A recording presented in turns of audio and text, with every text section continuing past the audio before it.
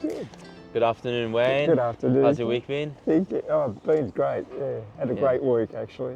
Father's Day and everything. Yeah, happy Father's Day. Yeah, it was good. Yeah, so. What did you guys end up doing for Father's Day? We're actually getting together this Friday because it's my wife's birthday and my son's birthday the day later. And because the sons all live dispersed, so we said, right, it's only about every 3 or 4 months we can all get together. So this Friday night, it's just going to be pizza or something at our place, but we'll all get together and it'll be birthdays and Father's Day and all that. Yeah, so we're very tight, the three sons, 44-year-old, 40-year-old and a 32-year-old. And they all love each other, and Patty and I, and just very tight. And so we love it when we get together, and with the grandchildren too. The oldest one's got two grandchildren, two children, and his wife is great with us too. So yeah. Thank you for participating on the podcast. I'd like to learn about you growing up in Australia during the 1960s. Yeah. Your school life, work life, marathon running, and a lot more. Yeah. Wayne, what year were you born? 1952. So this October I'll be 73. Yeah. So, right. Yeah. And you still do run at 73? Sorry? Do you still do running at 73? Yeah. I started at age 14 in third year at high school, 1967, and I just never stopped. When I started working as a young man, I got a bit slack for a year or two there, and maybe went for one run or two a week, put on a bit of weight, and then after a couple of years I thought, no, this is no good, I've got to get back to, I did a lot of running in high school, and just ever since I probably run 7 days out of 10 on average, and sometimes I might run 100 days straight and then I'll miss a few days particularly in winter I'm more thorough, usually building my kilometres up, getting ready for a marathon, and it's cooler, and there's more long runs that I like. Over summer I'm not so sort of fanatical. I don't mind if I miss a few days if it's hot or there's a lot of socialising goes on, and I think it does my body good to have a period of December, January, February where it just the pressure is a lot lower. So over winter I might regularly run 80 to 100k a week. Over summer that might go down to an average over that 3 months of 30 or 40k a week. The runs are shorter and faster, and that's sort of been the case for years. For most of the 58 years I've run, probably it's been a bit like that. And it's not that I plan it; it just seems to happen. But looking back, I think that's why part of why I've managed to just keep running for so long and stay pretty healthy most of the time is that give the body periods where it just really recovers and builds. Sorry. I know, that's good. Yeah.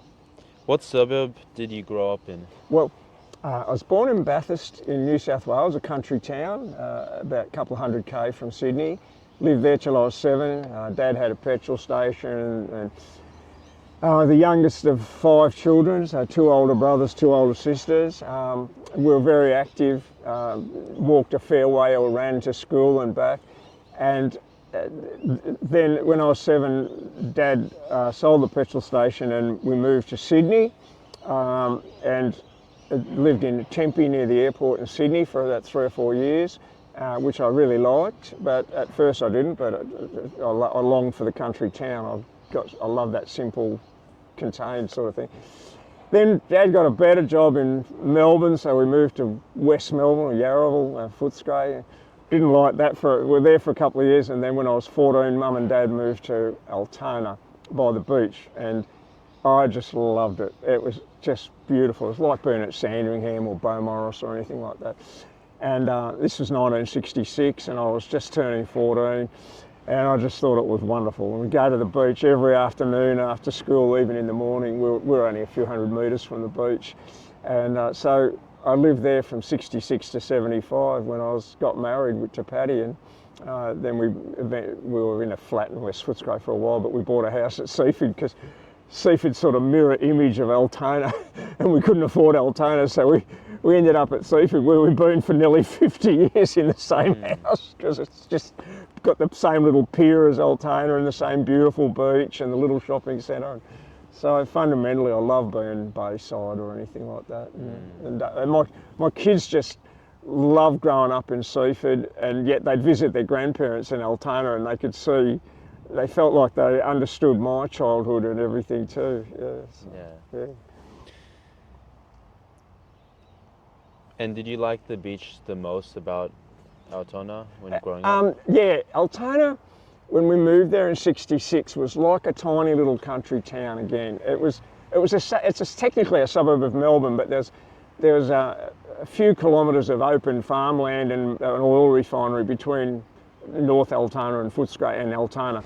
So it operated very much as a unique little country town, or a coastal beach town, like you'd put in a movie or something, with the pier. And it was very Caucasian, Anglo-Saxon, Protestant, a few Dutch people, a few Italians, a lot of British, and a lot of beautiful girls. And it had its own culture. We'd have a lot of dances in what was called the ambulance hall or something or other, and the lifeguard hall. And you'd go down the beach, and all the kids from all the schools would be on the pier of an afternoon pushing each other in. And we could ride out to Werribee or Point Cook on our bikes. And I really loved the beach, the very tight community feel of it, which Seaford still has to a large extent where we live at Seaford. Frankston a little bit, but not as much as Seaford. Seaford's a bit, very much like Altona was in the 60s when I grew there. And I think that, and coming from a country town, Bathurst, as a kid, I like a community that people really look out for each other, and a lot of people know each other, and they seem to move there and live there for a long, long time. And there's a type of personality that seems to settle in those places. And it's like, even when you just get to meet people after years and years of seeing them, and then you find that they think a lot like you, that they have, you'll get talking to someone in a shop at Seaford, and they've lived there 30 years, and they just love living at Seaford, or I just not just the beach, but I just love the people and things like that. It's quite strange. And country towns are a bit like that, and I think country towns are often a little bit wary of people coming in for a while. So you've sort of got to prove that you're a little bit of that philosophy or personality or something. But we're not like that at Seaford. In fact, when Patty and I moved there, all the oldies in the street came up and said, "Oh, great that you've moved here." We were the youngies in the street. Now, 49 years later, we're the oldies with a few others in the street, and these young people move in, and we sort of go over and go, "Oh, welcome. If there's anything we can do to help you, sing out. But we're not going to bother you. We're not going to be the old people that bother you in the street. But we're really glad you've moved here." And it's quite surprising how after a little while they get a shock at first, and then you get to know them, and they're like, "Oh, that was great. We felt so welcome when we moved into your street." So maybe it happens in a lot of other suburbs. I don't know what Bourne or Camberwell's like or whatever, but that's just how it is for us. Yeah. When you were a kid, what did you do for fun? In Bathurst, we'd just go walking or for miles across the paddocks, because we lived on a dirt road on the edge of town and things like that.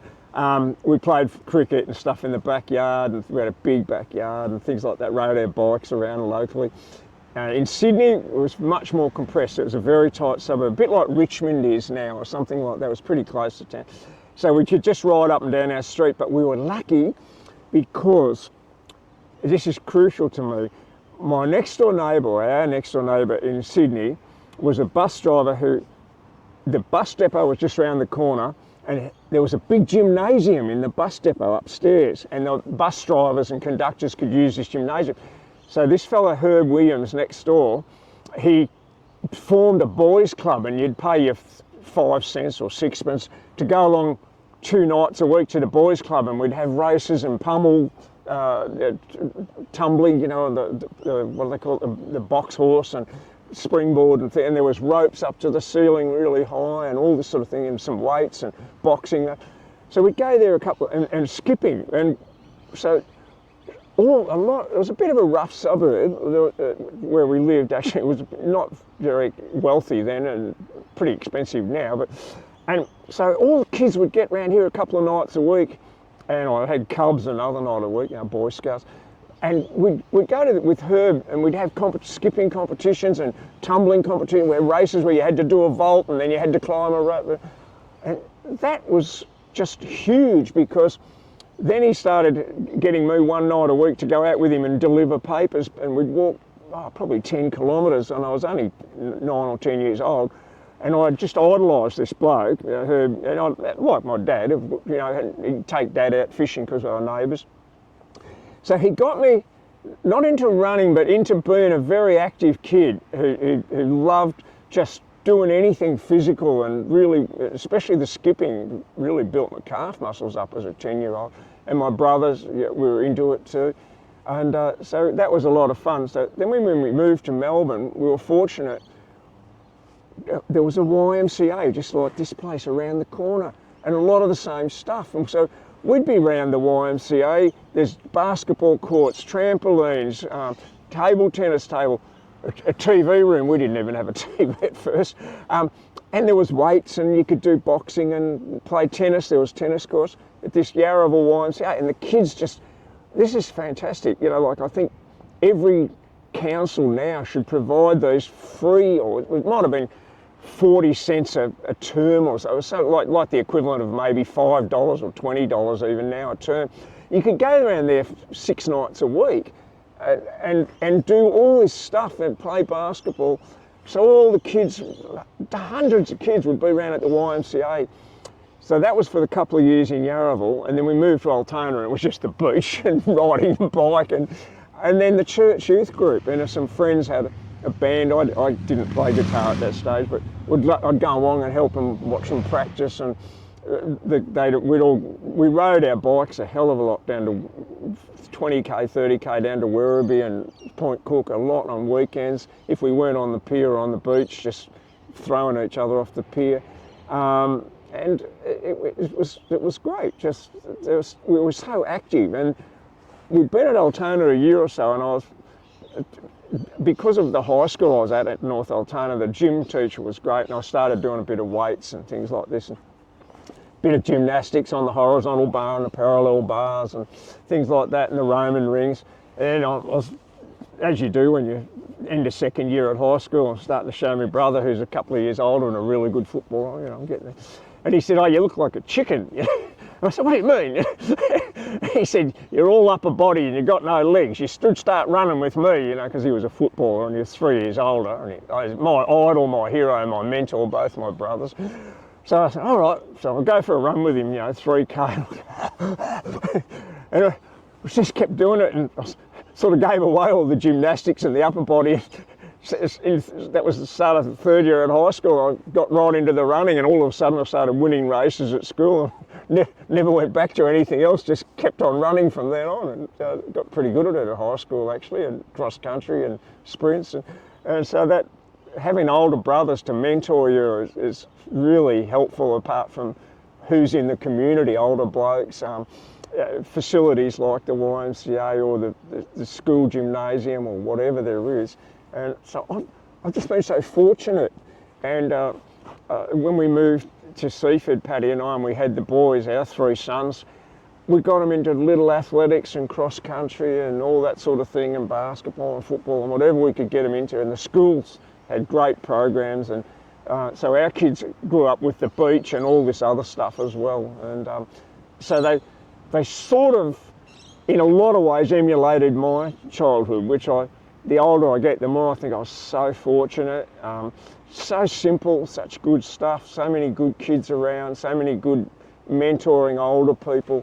And I think we didn't talk about it, but Paddy and I sort of just had this intuitive, this is a good childhood for them.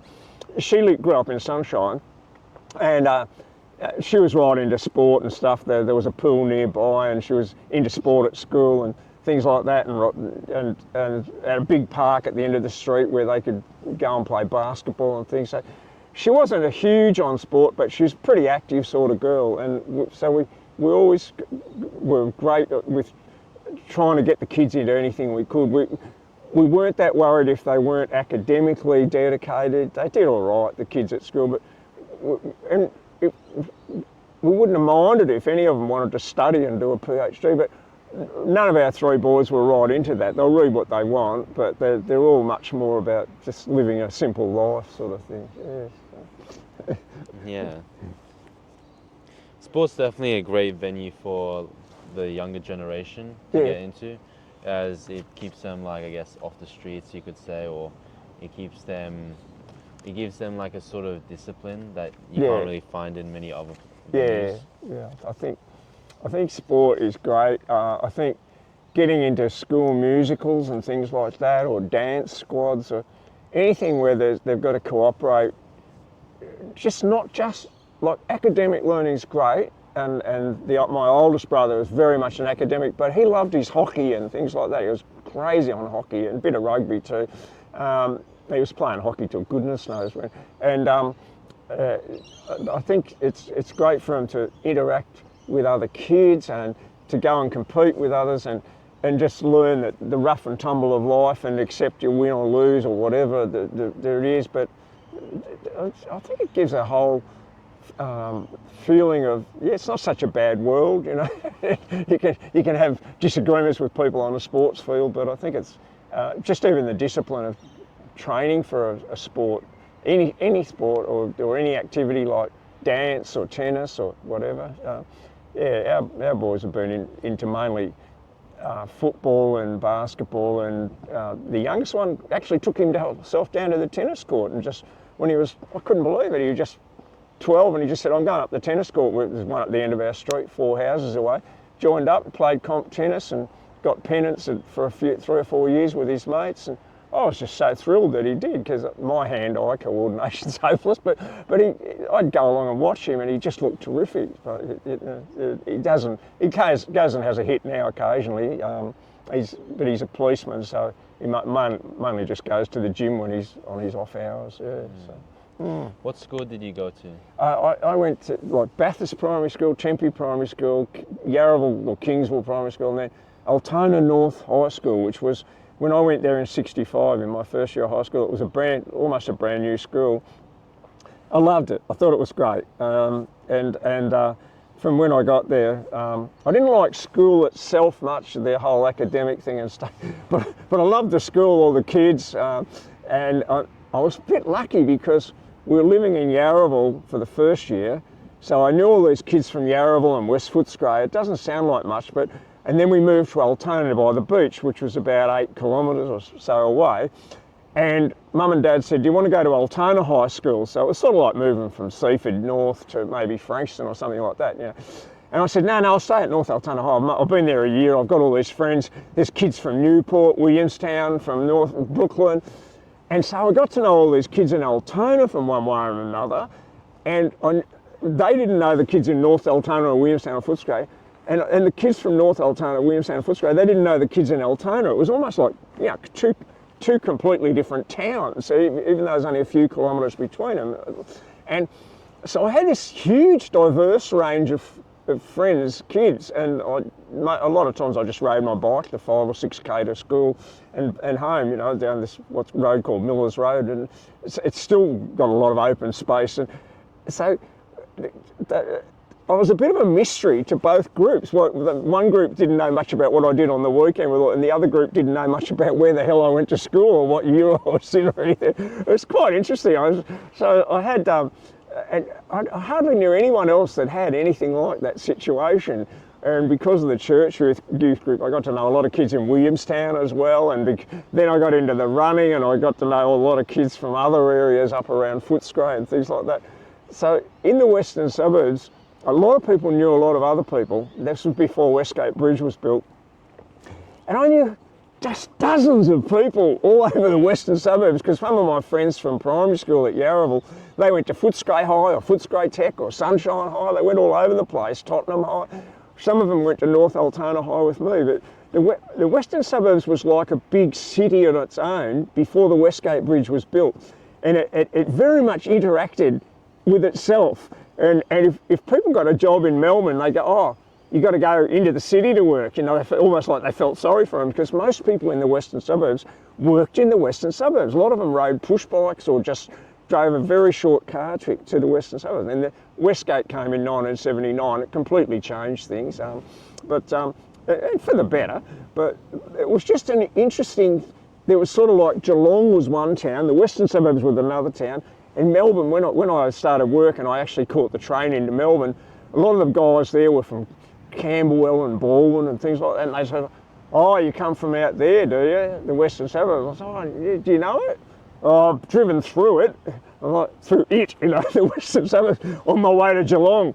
It was astonishing how many people who were working in Melbourne with me in this government office, the public works, firstly with Astra Hitachi, an electrical company, that had never set foot anywhere in the western suburbs. It's changed. The values of the houses and the properties because of Westgate have changed now, and I think people just, other suburbs, Melbourne's just got more crowded, so the people have now Altona houses. The house we lived in as kids was just a simple weatherboard, and it was cheap. You know, Mum and Dad could afford it. Sort of, oh God, you couldn't now. It's like $1.5 million. So that we knew the intrinsic, true value of it. Even then, not like we didn't think of it as $1 million house, but we knew that, hey, this is a really, really good place to live, because we'd lived in a few other places, and sort of like this is really good quality of life. And growing up in the western suburbs, it was great doing a little bit of time in Yarraville, because I got to love all those kids, and their dads were, you know, a lot of them were migrants working in factories in the western suburbs, and very industrial. Went to their houses, had dinner with some of them, went out on the weekends with them, Italians, Greeks, Turks. And I ended up working for a couple of years before I worked in the city, in a factory in the western suburbs where I met Paddy, Braybrook, and yeah, you know, so I got on well with all the Yugoslavs and everything. It was great. I was a production clerk, and so I had to go down the factory and find out if this and this was finished, and I'd be dealing with a Polish bloke at one area, and in the painting shop it'd be an Italian bloke or a Scottish bloke, and I was very fortunate to have this huge range of cultures and races that coming from a tiny town, Bathurst, where it was also Anglo. Yeah, so coming from the initial thing in a very insular country town, then moving to Sydney, where it was very multicultural in the suburb we lived in Sydney, and then moving to Yarraville, it was multicultural again, and then moving to Altona as a teenager, it was very insular again. But that was all right, because when I went out to work and had to work with huge ethnicities, I loved it. I had no problem, and the same with food and everything like that. And so I've always, it makes me sad now when people are like, "Oh, the Sudanese kids at Dandenong," or this or that or the other. And I go, "Oh, they're just beautiful." Maybe every generation of immigrants always had a few kids who are at a bit of a loose end because Mum and Dad are working. There's an old film called West Side Story, which is very much about that. The Puerto Ricans and in New York in the 50s, and their kids got out and had gang wars, just like what's going on a bit in the western suburbs now. And it's only a few kids, and they're at a loose end for things to do, and everybody blames the whole community then, you know. And I've always sort of said, "Oh God, if you knew the Greeks and the Italians and the Turks and the Polish and the Croatians and Yugoslavs I grew up with, you wouldn't say that. They're all great. They're all beautiful people. Just a few kids. Mum and Dad are working hard, and so they don't know what they sort of get who they're mucking around with, and they get into maybe gangs or because they're bored, they start doing the wrong thing." And, so I've been fortunate really in a lot of ways. Yeah. What subjects fascinated you the most in school? Probably physical education, yeah. History and English to some extent too, a little bit geography. History I did, and English I did fairly well, you know, reading novels and things like that. And I guess you would say now it was almost like the sociology, psychology side of it. So if we were doing a novel, Catcher in the Rye, or some of the Shakespeare stuff, particularly King Lear, was interested in, the writing, but what are the thoughts going on? What are these people trying to really understand their, so I love that. Maths not so much. Art to some extent, loved. Hated woodwork, would have loved to have done cooking. But particularly literature I like, What were three things you really enjoyed about school? What was it? What were the three things you really enjoyed about school? The company, the friendship, and the athletics, cross country, and doing the school musicals. I went in several school musicals. I had the lead in a couple of them, Oklahoma and Carousel, and I loved it. They were a really good example of where kids from every age group in the school and teachers from all over that you didn't normally interact with, and kids that normally didn't interact, all got together and created something. And so we put on Oklahoma, and they still, 50 years later, on Facebook, friends still talk about when we did this, or Carousel, we did that.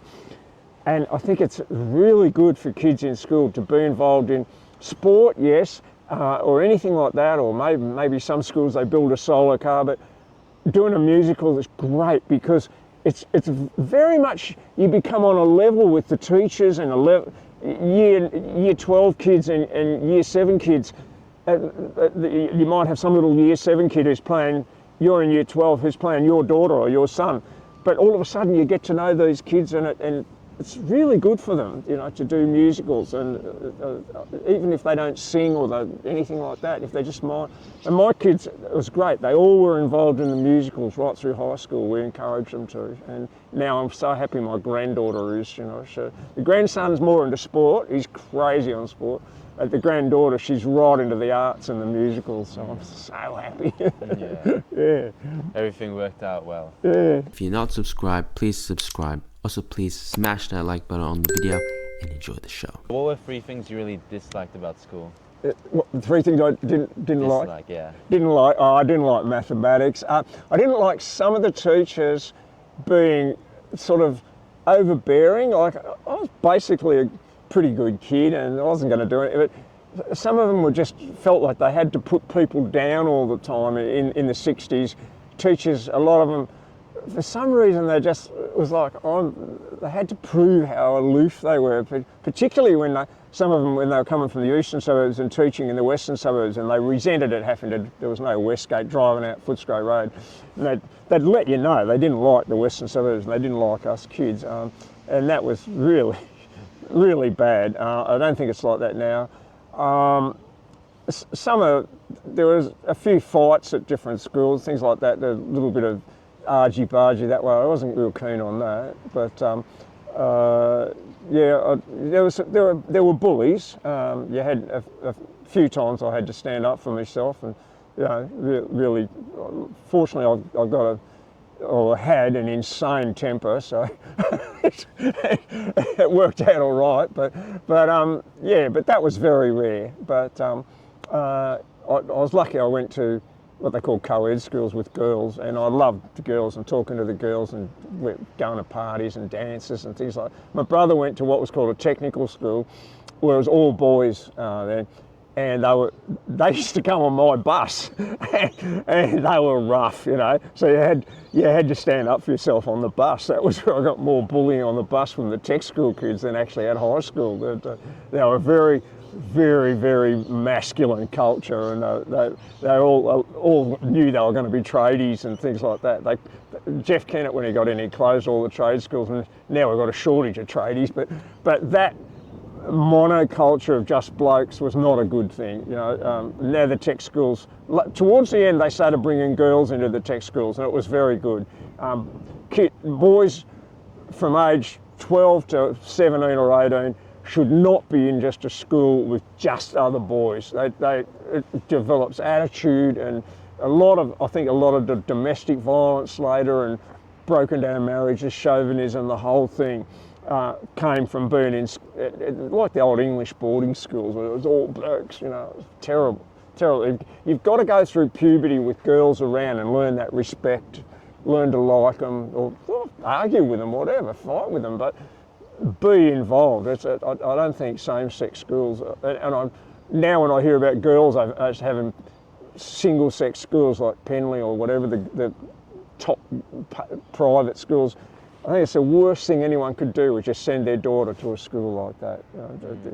It does not give you, through those crucial years from about age 12 to 18, when you're going through puberty, you really need the society to have relationships with the opposite sex, to have arguments, to have argy-bargy in the classroom, to hear their opinions, to make friends with them so they can learn to have a platonic friendships that are not sexual based, things like that.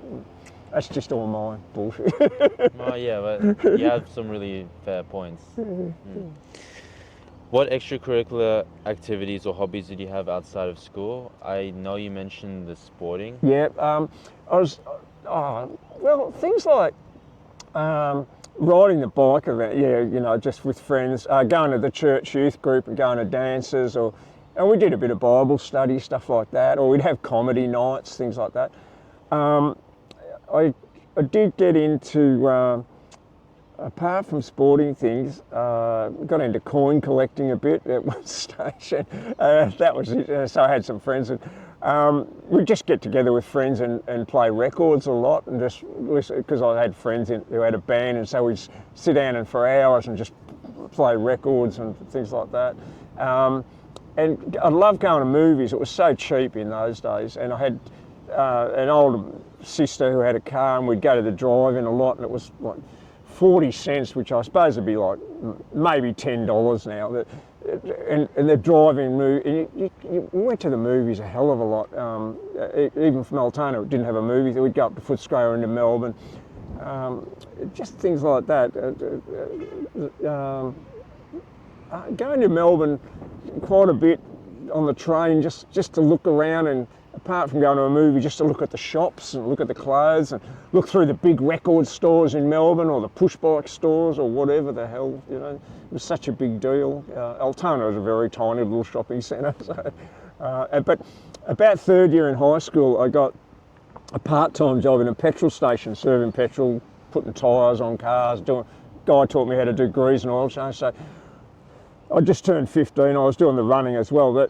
So my school holiday job, and after school, maybe one afternoon a week, and quite often on a Saturday morning, was at the petrol station. And I loved it, absolutely loved it, because the owner just treated me as a man, and he's a funny character. So there's a little country town, a little petrol station in the middle, and at Altona, and he was a gambler, so sometimes on a Saturday, he'd drive from Altona to Caulfield, and he'd go to the races, and he'd leave me, 15 years old, in charge of this petrol station. It was about a kilometre from our house. And my dad had walked the dog down, and he'd go, "You all right?" And I go, "Yeah, I'm fine. Yeah, what's he worried about? I'm running the show. I'm 15. I'm about this size." And this car's coming in and out. I'm serving them petrol, because you did on the drive there. Got a couple of cars on the hoist I'm trying to do a grease and oil change with, and someone else wants tyres, and I'm flipping their tyres or doing a puncture repair, and I'm just running around like a mad thing all Saturday afternoon, because he'd get back, he'd win a few bob on the races, and he'd spot me an extra few dollars for looking after the joint, because it was owned by Ampol, the site, so he was actually an employee. So God knows what would have happened if anyone from Ampol had ever come out and found, he's gone to the bloody Caulfield races and left a 15-year-old kid. I didn't think anything of it. My dad thought it was a bit weird, but then I'd seen my dad have a petrol station and my brother doing that.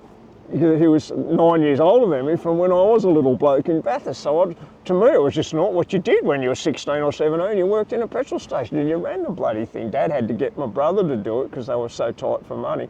Dad would be doing servicing, my brother would be running around on the drive. And I was a little bloke, 6 or 7, watching my brother. So mentally, there was no problem. There was no threshold to cross. So yeah, apart from the church youth group and my running and things like that, I put as much time into the petrol station as I could, and I think that's part of why I resented the last few years of high school, because I felt like I just want to leave and work in the petrol station, work on cars or stuff like that a little bit. So it didn't. Apart from mad interest in girls, it probably Yeah, but on the other hand, it was good because I got a lot of respect from men, and it was a very lush bloke drove at that stage, and oh, you did that grease and oil change. Oh, you bloody set me timing up really good. The bloody thing starts really good now. I learned how to do points and plugs and all the shit on cars that you did in those days. You can't do anything on them now. But it helped me later when I got cars because I could only afford bombs and I could always do all my own work. Sorry. Yeah, because do we have any gas stations that still offer the same sort of services? In some of the country towns, I see in Dalesford and things like that, and I think there's one somewhere in Keysborough or Clorinda, and they're sort of scattered around in little places where someone will actually come, and one in Frankston North called the Pines, and they come out and serve you on the drive, and they've got what they call a lube bay, where instead of going to Ultratune, you actually go there and they put the car up on the hoist, do grease and oil change. But most of that's been fragmented out now, that you go to a tyre place for that, you go to a service place for an exhaust, and everywhere. Just as I was about finishing working in petrol stations and the kids came on, I was earning enough money to not work part-time, because even after we got married I did it, and the kids came. And I thought, great, I'll be able to sit in the car and someone will serve me petrol. No, that was when they changed it. You've got to get out of the car and serve petrol. So I thought, damn that. I've just done 15, 18 years of part-time serving petrol to other cars. Now I've got to do it for the rest of my life in mine. So I love it now. If I drive in and Patty will just go, she loves it. She loves getting out of the car and putting the petrol in. I did so many years of that, I hate it. But anyway, I'll do it under suffrage. Why didn't you fill your car up? Because I do it as rarely as possible. I leave it till it's standing there, and then I stand there resentfully, fill the bloody thing up. So there's a lot of stupidity in here. Yeah. What did you start doing straight after high school? What did I do straight after high school? Pretty much. I was working part-time in the petrol station, even then, but I knew I had to go and get a job, and I wanted to work in a theatre no matter what. So I walked down, went down on a train, walked into every theatre in Melbourne. I didn't care, I wanted to get involved in theatres or the arts or something. And eventually I walked into this movie theatre and they said, if you go around to this other one, it's called the Rapallo, around near Flinders Street Station. There's a tiny little theatre in Burke Street where the mall is. You go downstairs, there's shops there now. It was a theatre. They said, we need a projectionist assistant for the projectors that put the image on the screen. Go around to the Rapallo and see Mr. Venn and tell him we've sent you round to have an interview about that. So, being a bit of a smarty, I went round to the Rapallo. Is Mr. Venn there? Yeah. They've told me round at the Times Theatre to come and see you to start as the projectionist assistant. Just try a little bit. Okay, so he signs me up. So the next day I'm working go back to the Times, and I'm working with the projectionist, and we're down I've got to learn quickly how to rewind the films. You've got to join Royal Melbourne Institute of Technology, you've got to do a projectionist course. Okay, so I'll go there a couple of days a week. So I'm doing this for about 6 months. Working till all hours of the night, going home late on the train at Altona. And it's really good money. And even though it was a really hard job, I had to get down on my hands and knees and scrub the floors and everything. All the machines had to be cleaned, they were hot. They had these, what they call carbon arcs that strike like this, and then an electrical spark. There's the heat in the projection room, it's incredible. You've got to rewind these big films and put some huge callus on your fingers, and then you've got to glue if it's got the tiniest spot, or the film will go everywhere in a projector. So I'm doing this for 6 months. Suddenly, no, I can't do this anymore. So I walked the city again, and walked into a personnel agency. I said, is there any jobs going, any office jobs? I'd given up trying to work in the theatre. Go down to South Melbourne, see Mr. Colosino in Astor at Hitachi. Okay, so I go down to South Melbourne, down behind the Arts Centre. Mr. Colosino, lovely bloke, Italian sort of bloke, comes out. Okay, can you do maths all right? Yeah, So sits me down, do a little maths test. So it's an import company bringing in Hitachi goods, electrical goods, and they just started importing them in And there's a big electrical company here called Astor, it was an Australian one, but they got the right to franchise these Hitachi goods. So they had a little office. There was just 2 or 3 of us in this office, washing machines and stereos, vacuum cleaners. We arranged for them to be imported into a big warehouse, like a Bunnings sort of shed in South Melbourne. And we'd arranged for them to be sent out to stores, like they have the Good Guys now. They were called Patterson's and Homecraft stores. So I did a year as a clerk in arranging this, and I'd belt car radios around on my motorbike to some places and things like that, because cars didn't come with a car radio at that stage. So they BMW Grand Prix and Riversdale Road, Camberwell would ring up, have you got 6 car radios? We need them this afternoon. We're selling 6 cars, we need a radio. So I'd race out there with a box on the back of the motorbike at lunchtime. I loved it. The sales reps would come in. They'd all been all over Victoria. There was 4 of them. They were really absolute characters, these blokes. They were all terrible womanisers. They were all terrible drinkers, smokers and gamblers. Absolute larrikin Aussies. Good bloke.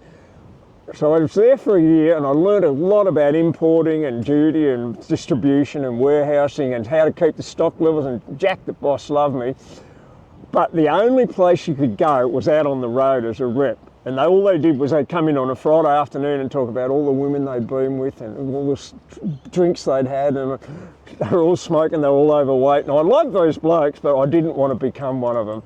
Then my dad finally said, hey, there's a job in the production office out in Braybrook in the factory where he works. And I'd done a little bit of part-time work there through school. So I belted out there. I had a couple of days off and I belted out to the factory, and the production manager said, knew me a little bit from doing a little bit of part-time work with Dad there in a research lab. He was an engineer after the petrol station. And he said, oh yeah, he said, you know the factory. I knew the processes.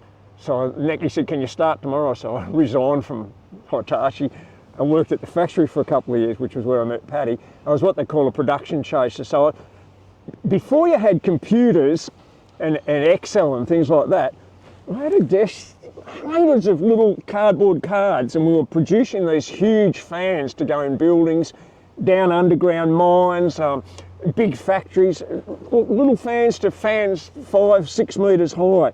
They made thousands of fans. A big Australian company out in Braybrook, biggest 5 Bunnings sheds, and 800 blokes working there, and it was massive. So my computer was all these cardboard cards, and each fan would have a card for each bit of it.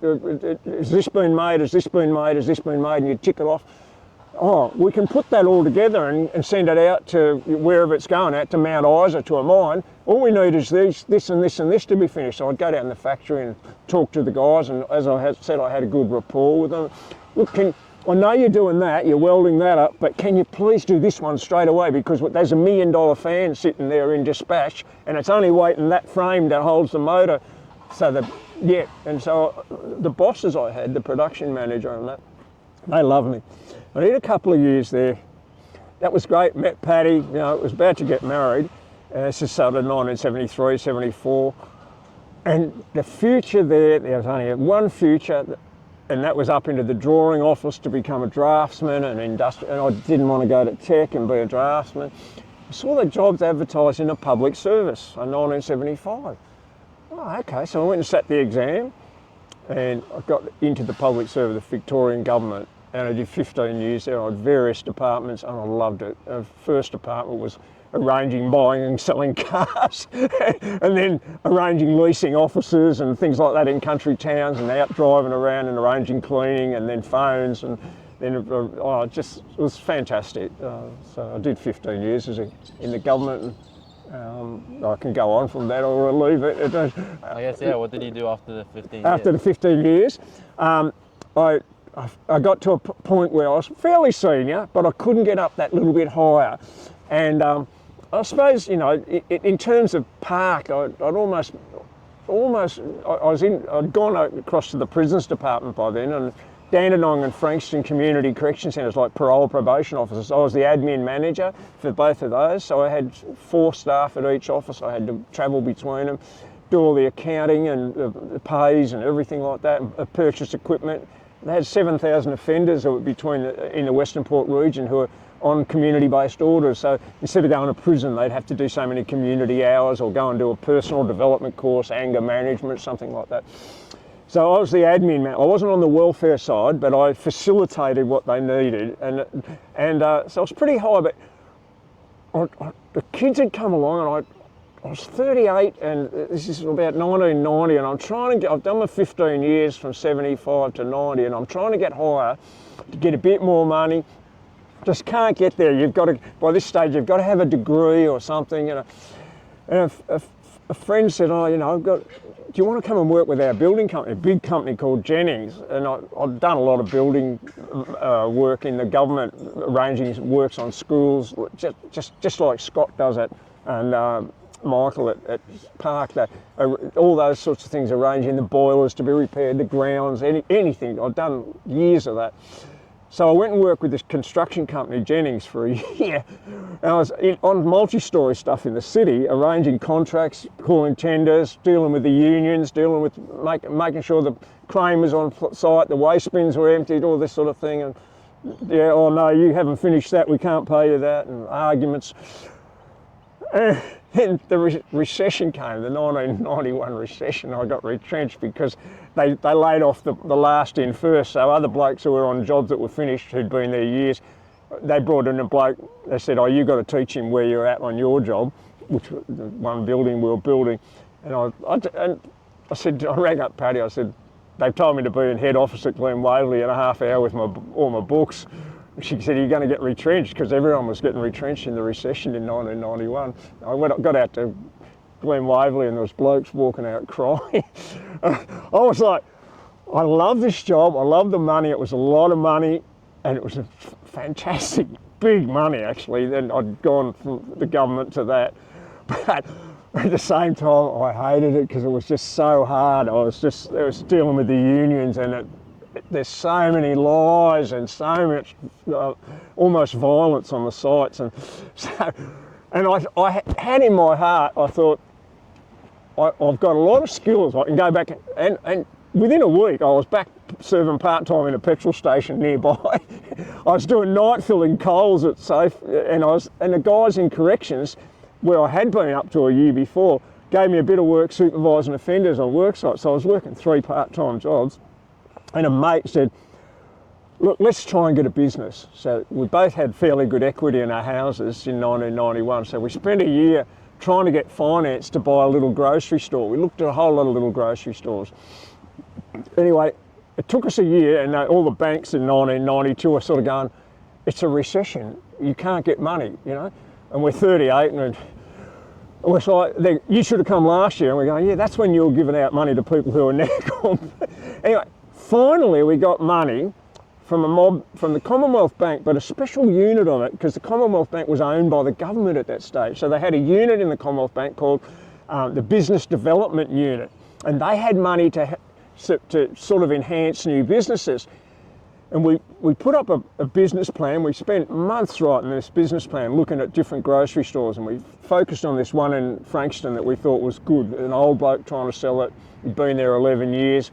It was bulletproof. It was untidy, dirty little store, but we felt we could run it, we could lift it up, because he wasn't doing weekends and stuff like this, and he was just, he was old, and he wanted to retire, you know. So we went to the development bank and we put a business case, and we said we're a new business, even though the business itself that we wanted to buy had been there from 1968, and this is 1992. No, they accepted it. At first they said, oh, well, the figures aren't good. And we're like, the figures are great.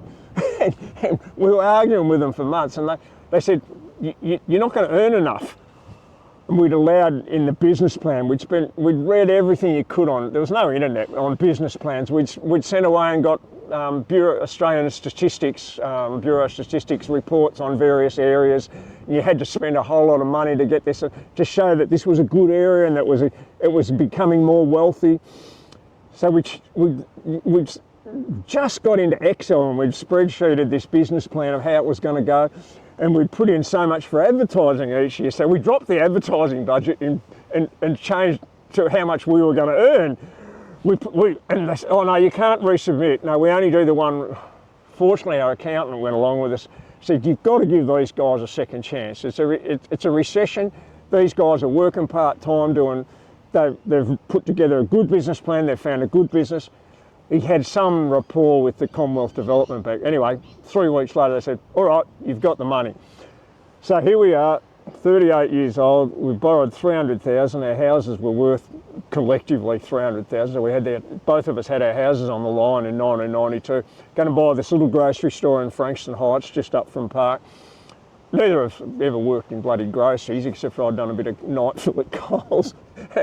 Fortunately, my mate had worked at the bar up here at Hyatt Footy Club or something, so he was going to run the bottle shop side.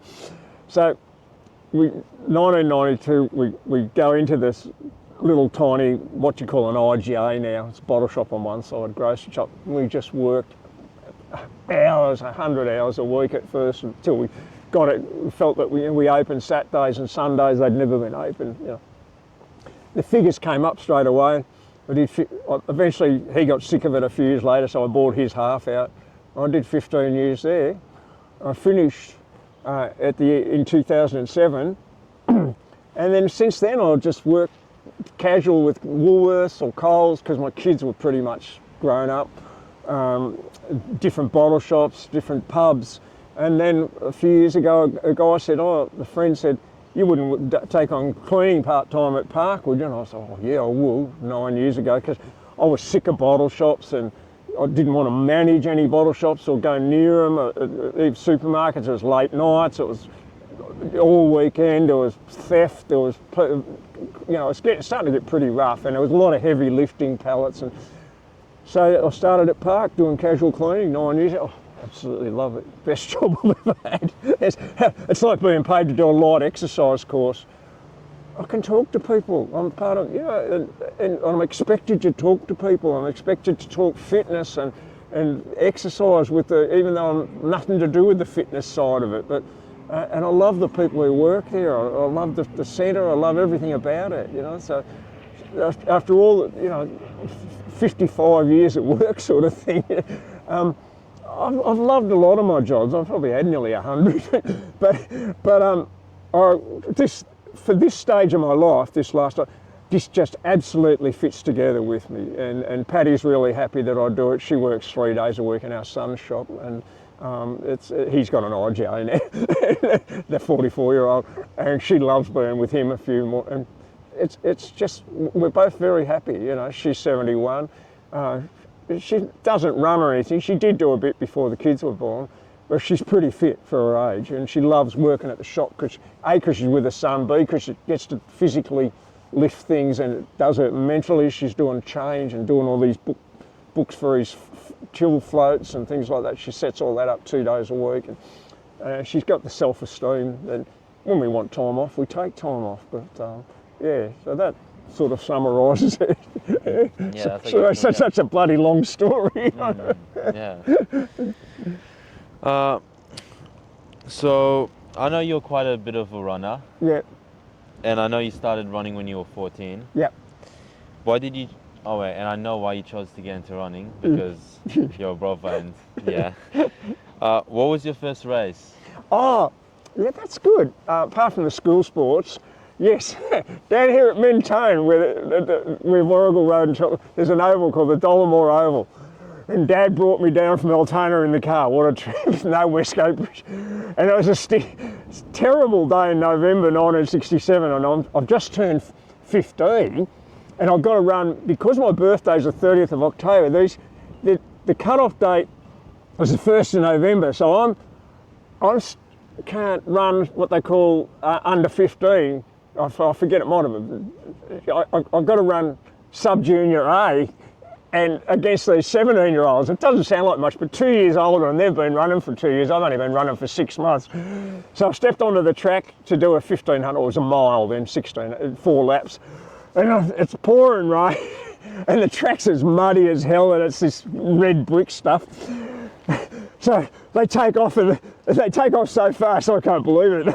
All this mud comes up from their spikes into my face. I'm trailing along behind these kids, and I'm just racing around the track, and I ran my mile in 5:20, and these guys are all under 5 minutes. So I entered the straight the last time, they're all finishing.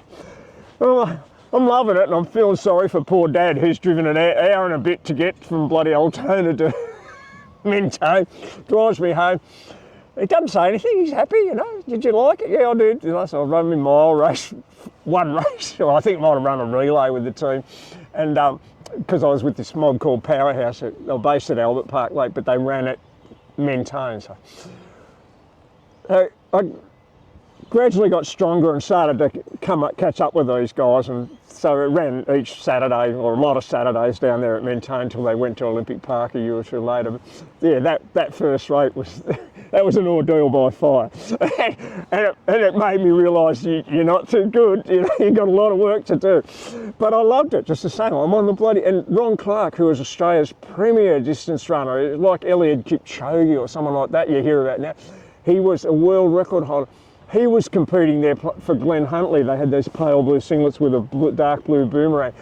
And I was like, I saw Ron Clark today. And then I've got a cutting of him on that same day in the newspaper.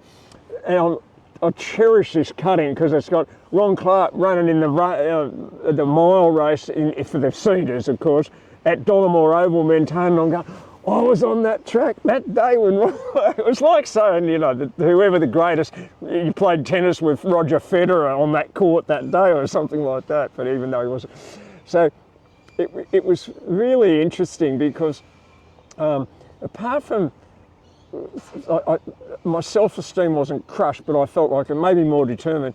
But when I was about, I don't know, I might have been 30 or 40, I brought this up with my dad, and I sort of said, how did you do that drive down there? And on the hot days, it was just terrible too.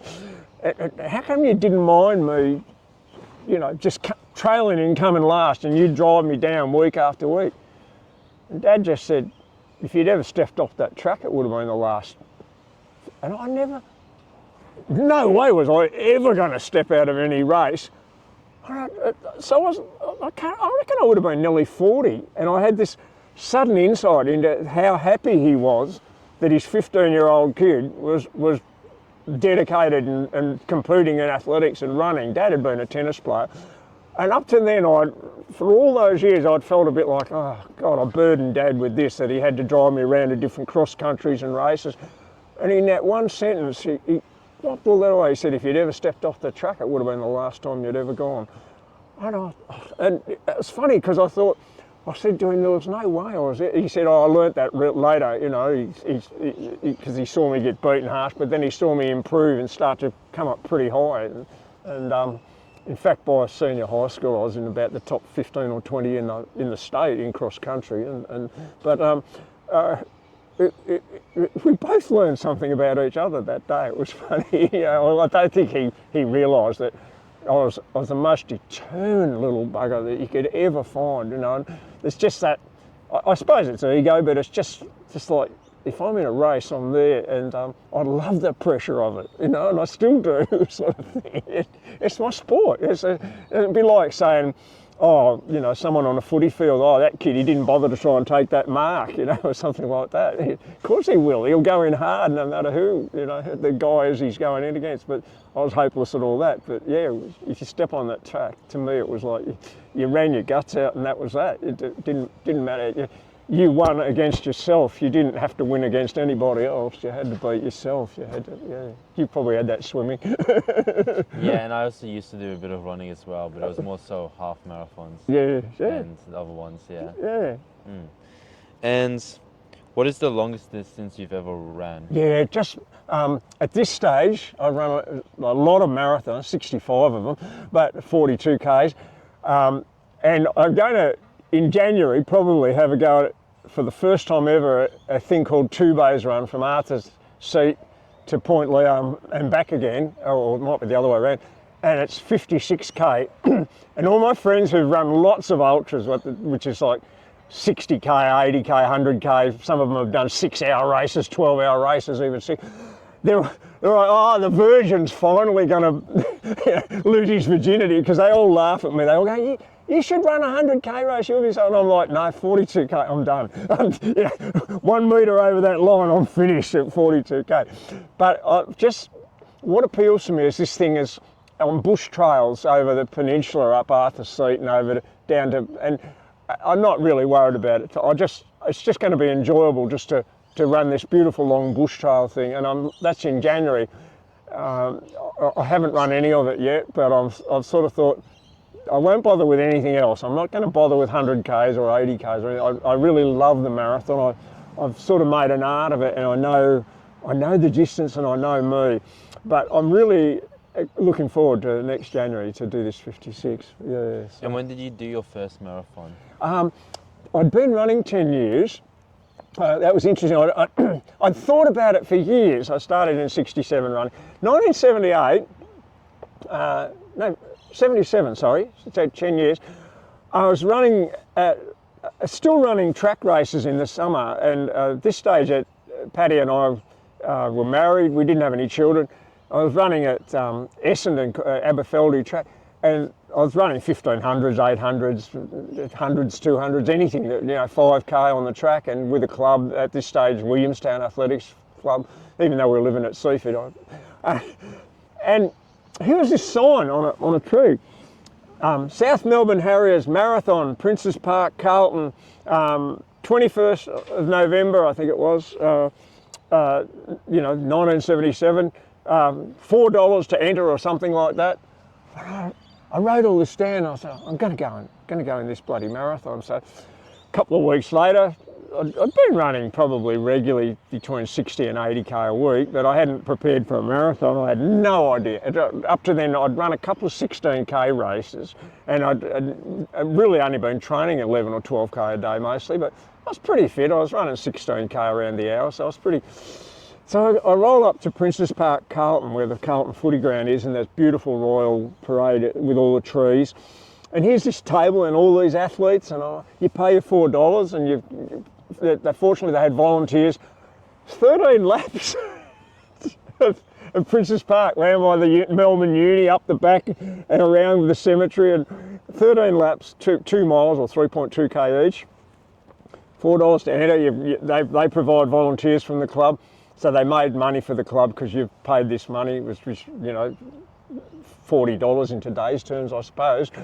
And they recorded your time and called it out. Yeah, you've done 10, you've done 11.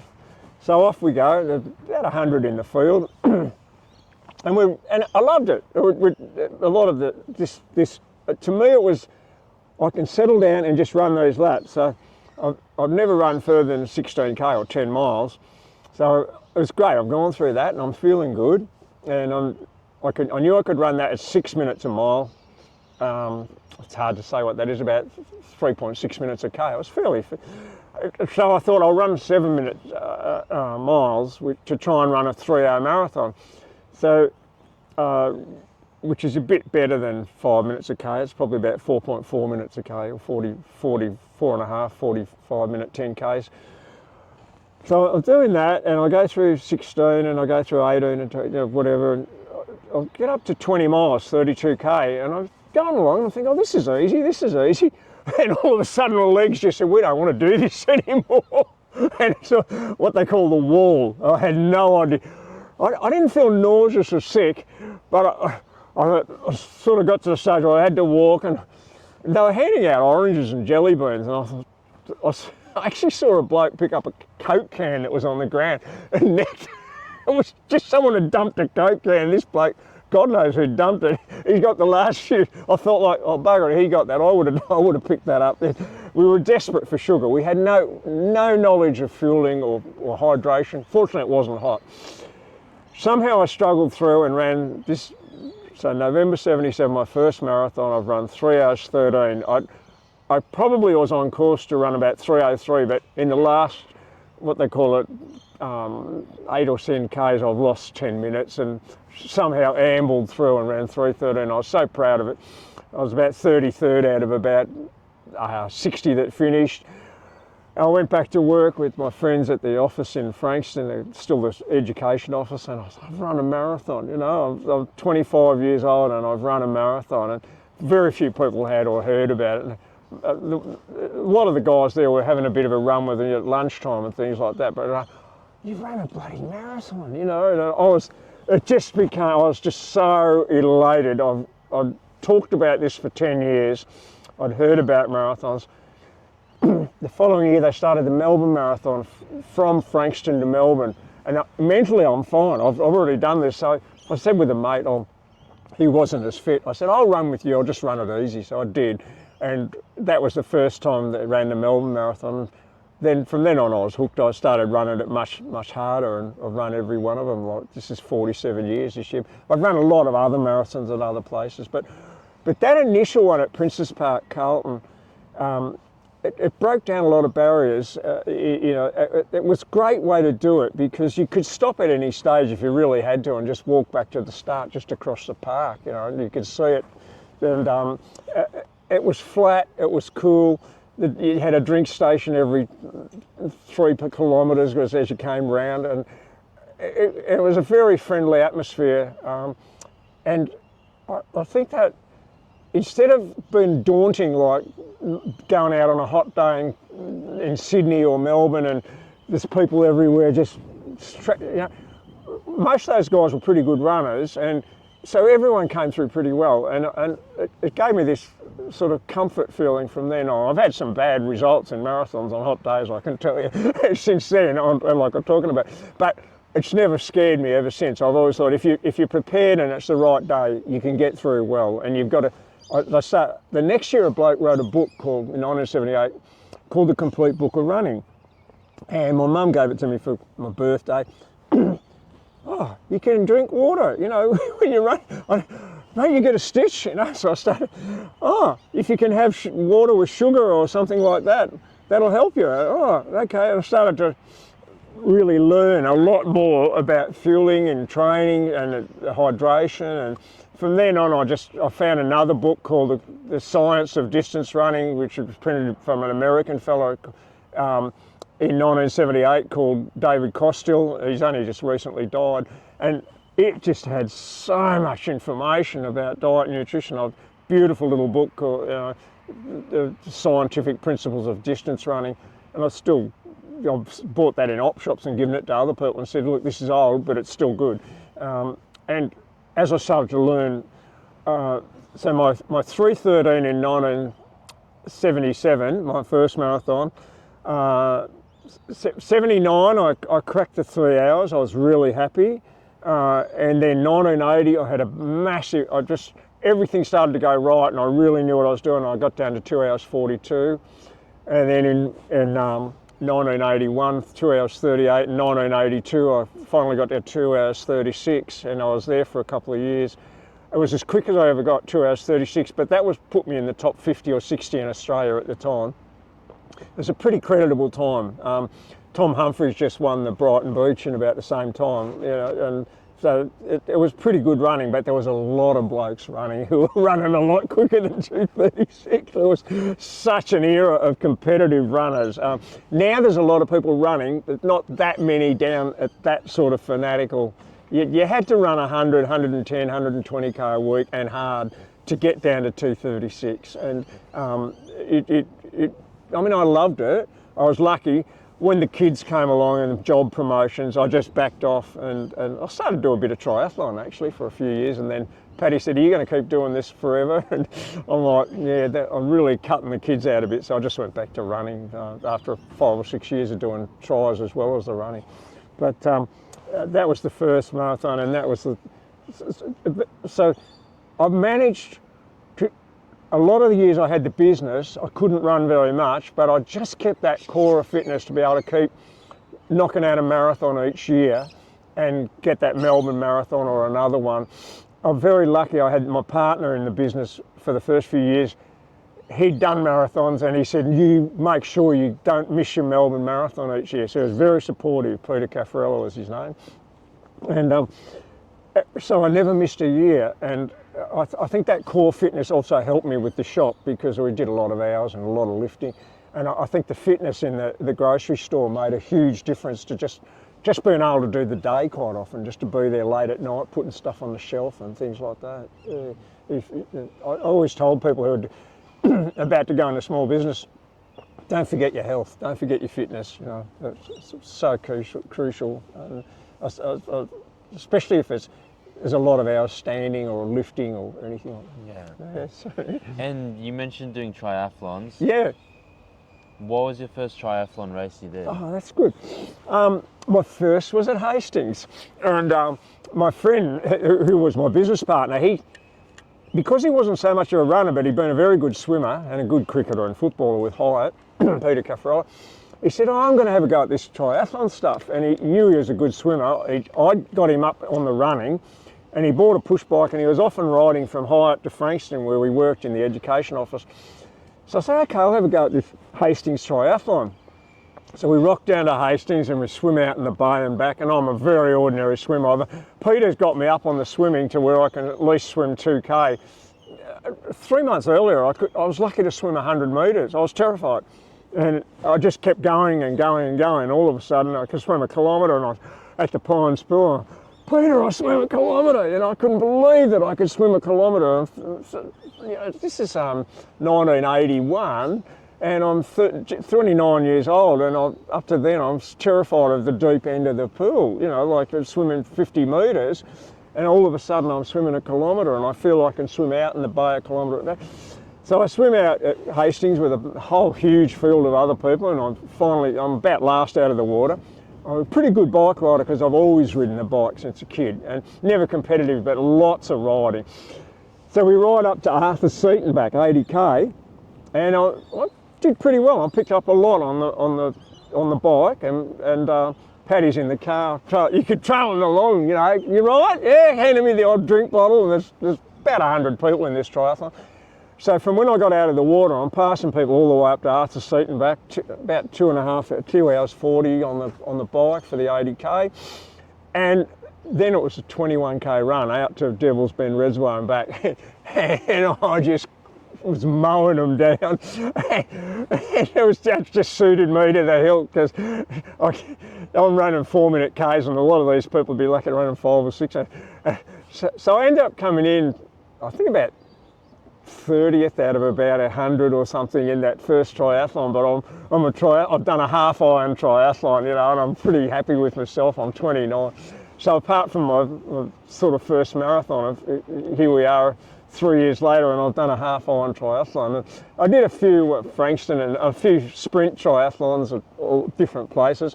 I loved it, but it was a lot of training, and we didn't have park as a good. There was a terrible little pool at Clough Street, Frankston, called, and the Pines was good in summer, but Clough Street for the heated was seedy grey water and deep water on the change room floors, and it was like you knew you were going to get sick if you trained there, you know, in winter. But so you could barely see your hand in front of you. So I read up on the swimming, and I read James Councilman's book, and I learned how to get my hand in and how to don't drag the elbow and all this. And so I'm 30, and I've really improved my kilometre. First kilometre I swam, when I managed a kilometre, was 31 minutes, and I got down to 19:20. It's not very quick, but I was pretty bloody happy that I managed to swim 4k at Dandenong in 22 minutes a k, 88 minutes. And wow, you know, so I feel like, and I think part of that doing tries, I love the bike, and I had wanted to do bike racing a bit when I was a kid, but could never afford a good bike. This gave everything. I could ride the bike. I'd always wanted to be a reasonable swimmer, because I hated the fact that at 29 years of age, I was terrified of the deep end of the pool still, and swimming up the pool and seeing the tiles go away. Terrified that I might have to swim more than 50 metres if I ever fell off a pier or out of a boat. You know, by the end of the first year, I was happy to swim out at Frankston 2k out, turn around and swim back 2k. You know, and I just felt so much more confidence from doing triathlons and that, and riding 70, 80k rides up Arthur's Seat and things like that. I loved it, and I learned a lot about cross training, and I applied my running principles to the swimming and to the bike. So I realised, okay, you're going to have to do about one long ride a week, and I started just doing a couple of other rides really hard, short but really hard, so I had the power to push. With the swimming, I did about 1,500 or 2k as hard as I could a week. I'd go to the pool a couple of other days, I'd just get in and swim 50s or 100s or 200s, have a break, and I'd swim as hard as I could. get my breath back, swim another 50, and whatever time I had. I didn't really worry about what time I was doing, or I'd go, oh, I'll swim 200s today. I didn't even warm up. I'd just get in the pool and swim 200 as hard as I could. As soon as I got my breath back, I'd swim another 200. If I had 15 minutes or 20 minutes, I'd do that. And really concentrated on get my technique, keep my feet together, get your head right in, get your feet up to the water, don't have them dragging. This James Councilman book was so good, the physics of swimming. He explained everything. As soon as your head goes up, your feet goes down. If your hand hits the water like that, it's going to push you up. You've got to slice your hand in. If you overreach, you'll push yourself down. You don't lead with the elbow because you're just dragging your hand through that. You've got to do that. And so all these guys I knew that were runners, they said, oh, I can't swim for shit. And I said, let me help you. Even though I'm not a qualified, I've helped a lot of people with their swimming, even though, like I said, my fastest 100 was probably about 1:38 or something like that, so I'm no swimmer. But I've helped guys improve, and I taught my kids in our 10-metre backyard above ground pool, taught them right from the start. And they were all quite good swimmers by the time they were 10 years old, because I just said, no, do this, slice your hand in, when it comes out, do this. And it was great to know the physics of it and apply the training principles and all that to 3 different disciplines. And I read all the tri books I could get, Scott Tinley's and Dave Scott's, Mark Allen. I've got all the books. I read Tri magazine. Stephen Foster was a friend. Read everything like that, and then went back to running. But all that, what they call cross training, but we now know it's just cardiovascular development, it's mitochondria development. You've got to develop the specific muscles, the specific knowledge and awareness, and the skills and the energy to go well in any sport. It was great. And I've just helped other people in other sports even, because of having to stretch my mind across those sort of things, So, yeah. And how did you find the running training, or what was your approach for your running training for marathons? Well, once I started to read, first of all, this James Fick's book, The Complete Book of Running, that helped a lot, reading about American runner Billy Rogers, who was winning Boston. Then I found a book by a New Zealand coach called Arthur Lydiard, and this was about 1979. I got 78 or 79. It's called Run the Lydiard Way, and he'd coached a lot of New Zealand's top runners. He's dead now. He had forced himself in the 1950s, to run up to 300 kilometres a week to find out what it did, and he'd forced himself to run incredible distances, and he won New Zealand marathon championships and things when he was in his 40s and 50 years of age, and he developed through these athletes in New Zealand in the 1960s that won gold medals at the Olympics and world records before all the Africans came big. And just before the Africans was the British Steve Ovett, Steve Cram and Sebastian Coe. There was a few of those were good, but Arthur Lydiard is now still revered as the man who really studied the biochemistry. And he realised you have to run marathons, you've got to run long and slow, what they call long, slow distance, to put gentle pressure on the cardiovascular system so that arteries expand, veins expand, arterioles and capillaries deep in the muscles. If you're out for 2 or 3 hours, a lot more of these open up further because you release nitrous oxide. So blood vessels open that normally don't, and then your body develops these deeper capillary beds, so the muscle gets a lot more blood a lot deeper. Your blood hemoglobin or iron level increases gradually. Your body just learns, your blood volume increases. The mitochondria, every cell is in your body, every muscle, every cell has got things called mitochondria, hundreds and thousands of them. And the more you exercise, the more these mitochondria develop. And the mitochondria are what take in the nutrients and create energy through chemical breakdown. So they're the powerhouse of your muscle. And Arthur Lydiard's book suddenly gave me the insight that this is how you prepare for a marathon, because that's what I wanted to do. By that stage, I'd been running for 2 or 3 years, marathons. I was running 3 hours, you know, but that was good. That would put you in the top couple of hundred in Australia, but I wanted to get down to that 2:30, 2:36 when I got down. I realised I had to run a 30k run most weeks, be out for 2.5 hours. I had to run hills to build actual physical muscle strength. Don't have to run them fast, just got to run hills a couple of times a week, particularly for a few weeks. But the last 5 or 6 weeks, not much happens. You've got to let your body recover, and all the hormones and the microscopic damage to the cells has all got to repair, and the blood volume will build up. So I back off, I taper off from about 5 or 6 weeks out, do a lot more shorter, faster stuff to get the actual fibres in the muscle operating, because it's a lot faster. You're training at about 7 minutes a mile, 6 3/4 minutes a mile, which is whatever it is, about, say, a little bit under 5 minutes a kilometre, and then all of a sudden, in the marathon, you're running 3.7 minutes a kilometre. So, to my case, I'm going from 7-minute miles to back to 6-minute miles. So it's a 12 to 14% increase in speed. It's massive. But you've got to let your body really change. As you do these long runs, your body has stuff called glycogen that it stores in the muscles. The long runs deplete that, and then your body suddenly stores more glycogen. It learns, build the blood volume, build the arteries up, build the arterioles, capillaries, build the glycogen storage up, develop the hormones that can burn fat, because you're burning fat as well as burning glycogen. And all these things change. And I read all this, and I read the scientific approach to distance running from Costill in America, Arthur Lydiard, the New Zealand coach. I read every runner's book any marathon book I could get. There was German books on marathoning. The magazines were starting to come out, Runner's World, giving scientific articles.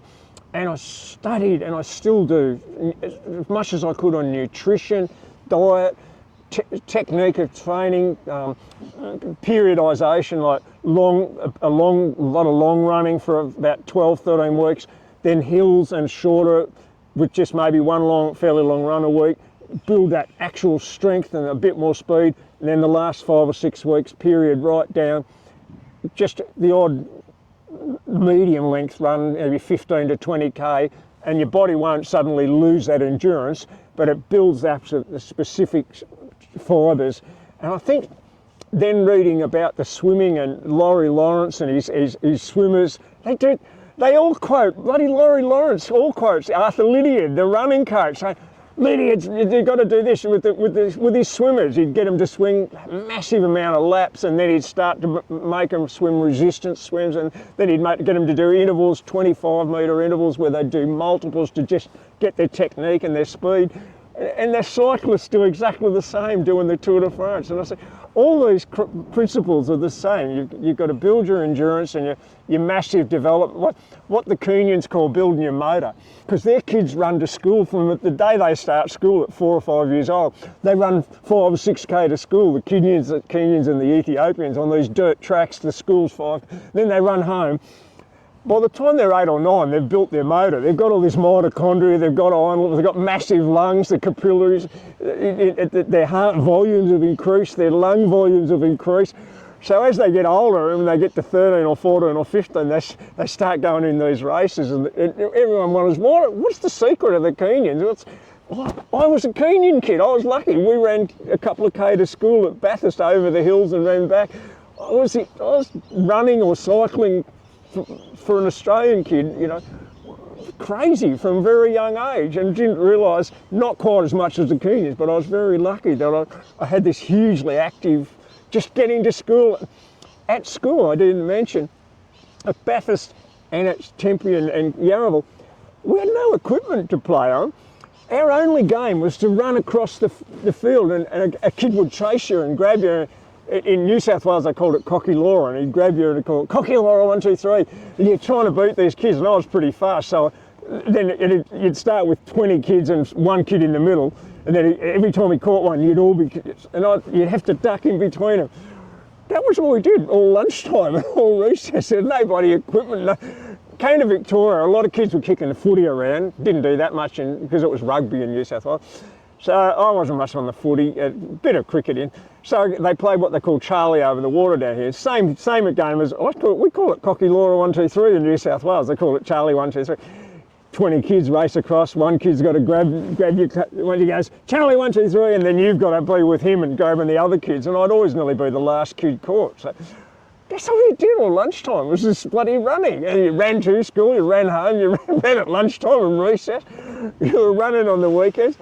So when I sort of did take up actually running, even though my brother was giving me the shits because he's 3 years old and he'd been running a fair bit for footy, I was actually going pretty bloody good by that stage. I was still running well at 12, 13. And I think I was very fortunate to do so much as a little kid. I must have built a fair bit of bone density, a lot of good quality muscle, and lucky in genetics. Dad had been a tennis player, pretty fit. Mum was always pretty healthy, wasn't into sport. But I think they say in running, pick your parents well. I picked my parents well. I was very clever as an embryo. And so I was lucky I've just been so fortunate to the places I've lived, having 2 older brothers and 2 older sisters who were all pretty much into sport and riding our bikes, and the places we lived where there was sport around and there was facilities. And just and I think that I facilitated that to my kids. They're not as deep into it as me, but they've always had a bit of a happiness to be involved in, active stuff. And they all love that I do what I do, but they've got their own other things too. So, what sorts of sports do they still do? Stuart now, he's just bucketed his meniscus up, but he still loves playing a bit of basketball on a Wednesday night, even though he's 44. They've got a social team where his wife's in it and one of the girls who works for him and his son, so it's all mixed ages and it's just a real social. Ryan, the middle one, he more just loves going for a walk. He's pretty fit, pretty thin, but he just really loves getting out. Whenever we go and see him, it's right over at Beveridge over north, so he'll walk for hours with us. Or if he comes down and stays with us, he's happy to walk around and but he's pretty trim. He was a smoker, but he's just got off that. And the youngest one, Braden, he got into the tennis and going to gym, and he did boxing. And you're solid, but he's nearly 2 of you, and not fat. He's muscle, and that's why he works in the police. He got into the police force about 7 or 8 years ago as a custodial officer. So he works in the cells like a prison officer, but at the police station they've got cells where they put blokes in who've just been apprehended, and they get a bit of argy-bargy with the guys. But Braden still goes to gym, does his weights. He still has a social hit of tennis. Loves riding his bike, riding up around Frankston, up the mountain trails. Stu, the biggest one, the older one who does basketball, he loves riding the bike. He's put his kids right through little athletics and that, and always been gone along and shown the kids how to do this and that and the other little athletics. So Ryan's the least sporting one, but he's the fittest of the three of them, the middle one. But I wouldn't be surprised if Ryan doesn't eventually start running or something like that, because he loves going for a bit of a walk. And he's sort of a couple of times said, I went for a bit of a run the other day, a K or something like that. I go, I just leave them alone. I wanted them always to just do whatever they wanted to do. I didn't want to lay that on my kids at all, neither did Paddy. It was like, that was my own stupid choice, and I'm just happy for him to be reasonably healthy. I did last year, I started reading this book on nutrition called How Not to Age, and it's about this thing. It's the best book I've ever read on nutrition. So on my 72nd birthday last October, I bought 3 copies of this book, and I wrote in it, Stuart, Ryan and Braden, I gave them a copy each, and I said, I don't care whether you read this or not, I just want you to have this book. It's about 600 pages, and it cites all these scientific reports. And I said, I wished I'd had this book 40 years ago. That's all, It's just so good on nutrition and the science of anatomy and physiology and what nutrients do and what foods with what. It's just so good. And I know they've read. I said, you can't read this book just cover to cover.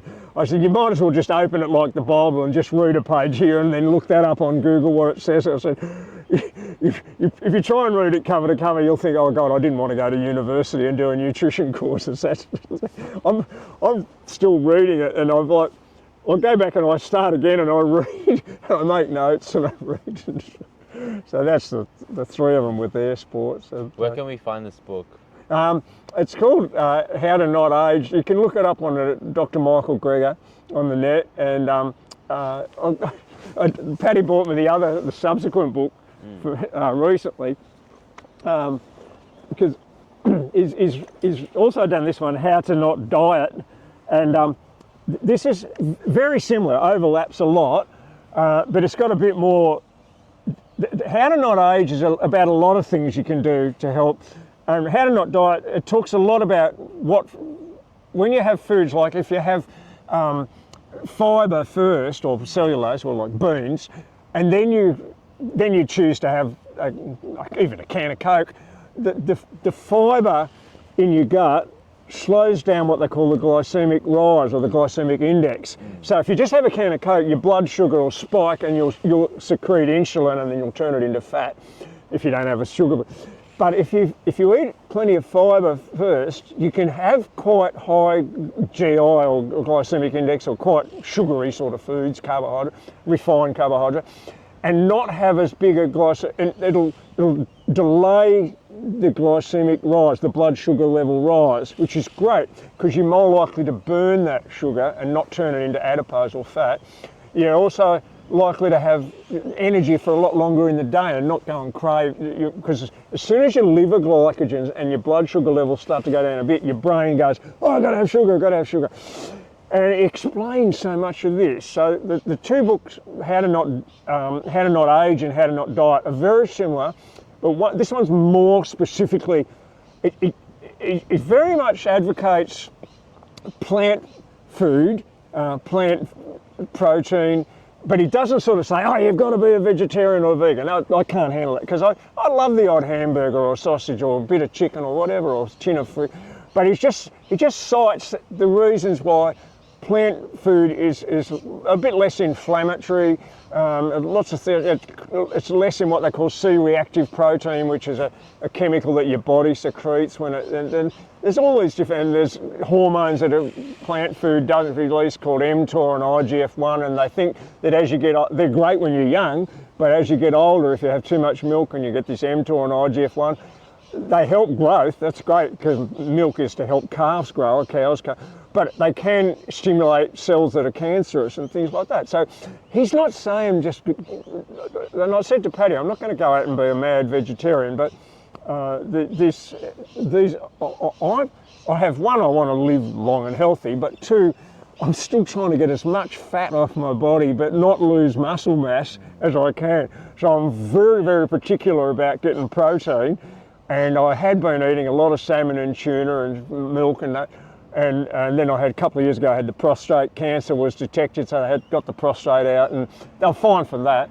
And they said, oh, your LDLs were a bit low density lipoprotein, having a bit too much cholesterol. So I read more and more. I thought, how can I get protein, not have milk, not have cheese? And lucky to come across these books. And just happened to be in a bookstore in St Kilda in Ackland Street called Readings, and Robinson's in Frankston's very good, very much like.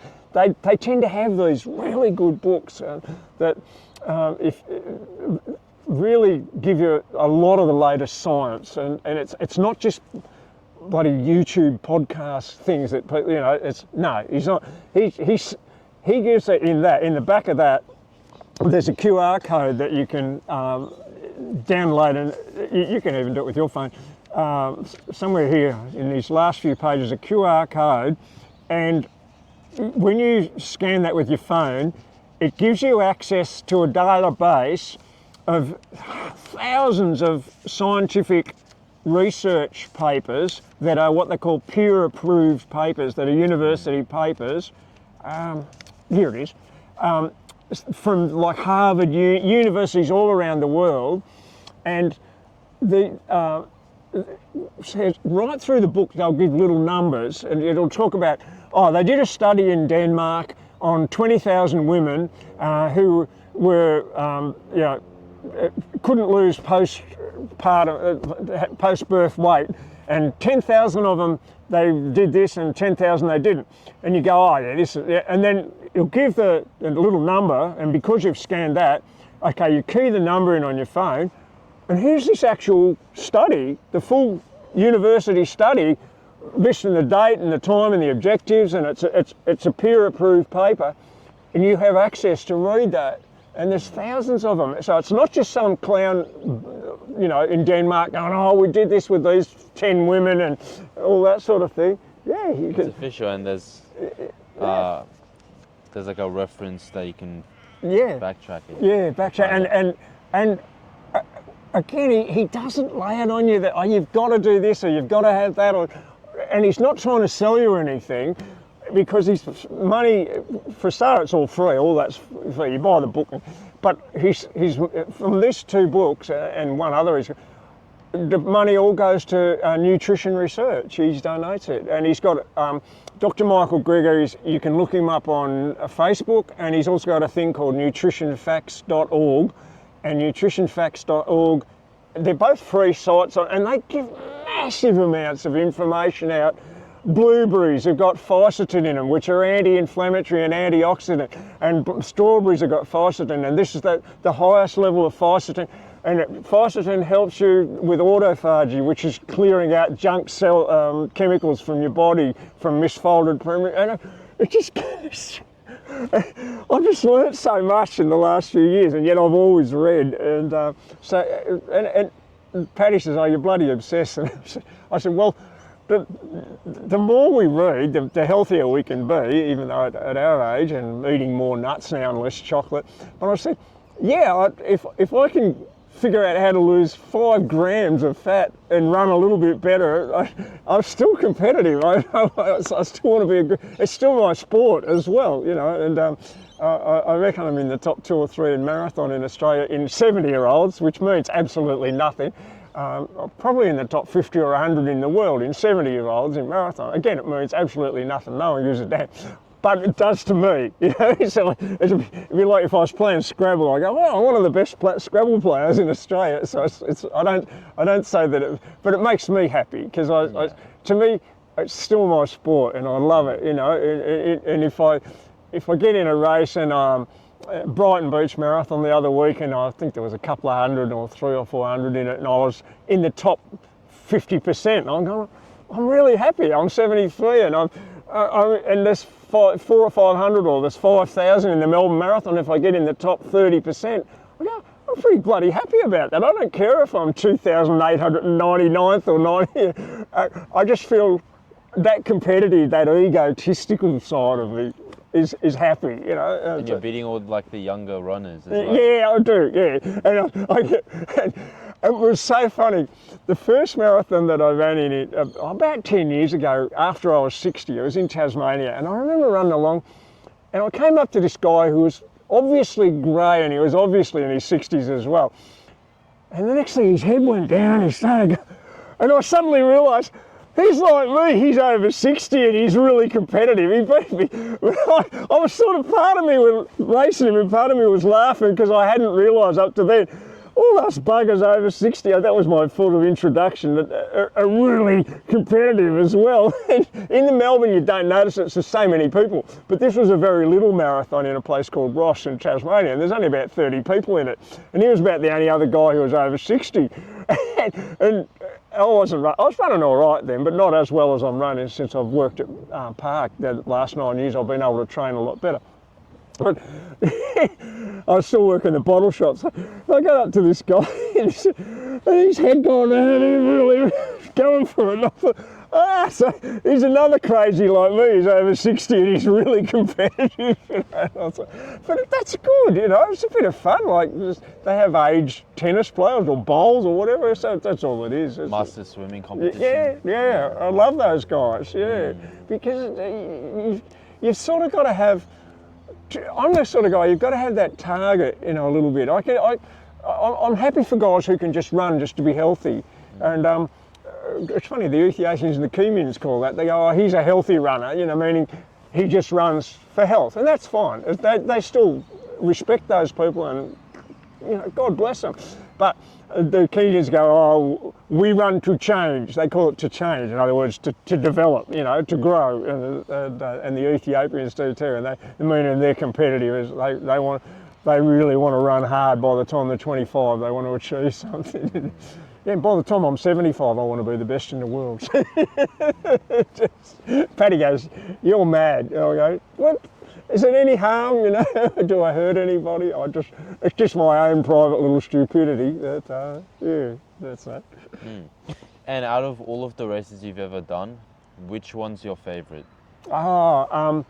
It was a race called the King of the Mountains, which unfortunately I ran it about 8 or 9 times from about 1978 to about 1988, and I managed. I used to get 100, 120 people in it every year, and it was from Point Leo to Arthur's Seat and back. So it's 30k, or what they call 1,000 foot or 300 metres of climb and 300 metres down.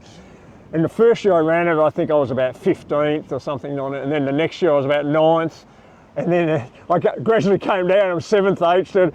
In 1984, I managed to come 2nd. Now, of all the races I wanted to win in my life, and I was most proud of coming 2nd in this 30. So I ran 1 hour 48 or 1 hour 49 for 30k, which is absolutely flying. I can't run a k that fast now, but this is up Arthur's Seat and back, So, and the guy that beat me, Damien Cookie, was about a minute in front. The last 10k, we were coming down from Arthur's Seat, and he kept looking back, and I'm a really good downhill runner. And when we turned at the top of Arthur's Seat with 15k to go, he was about 2 minutes in front of me, ended up beating me by a minute. So the whole last 15k, he's looking back at me, and I can see it, and I'm going, I love that race. Just because of the trees.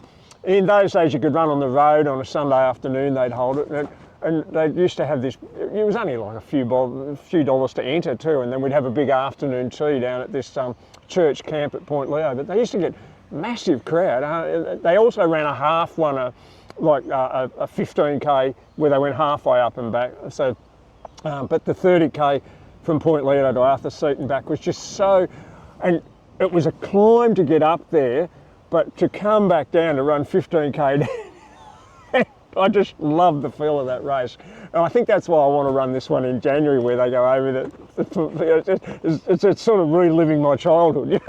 Yeah. So, but I like it almost any. I love Brighton Beach Marathon the other day. I don't particularly like the Melbourne Marathon now because it's too crowded and it's cluttered and it causes traffic congestion. It was lovely when it was just Frankston to Melbourne on the beach road, and that's why I went and ran the Brighton Beach Marathon, just out and back on the beach road from Brighton Beach out to Ricketts Point or whatever it was, and back again twice. I love that, Tom.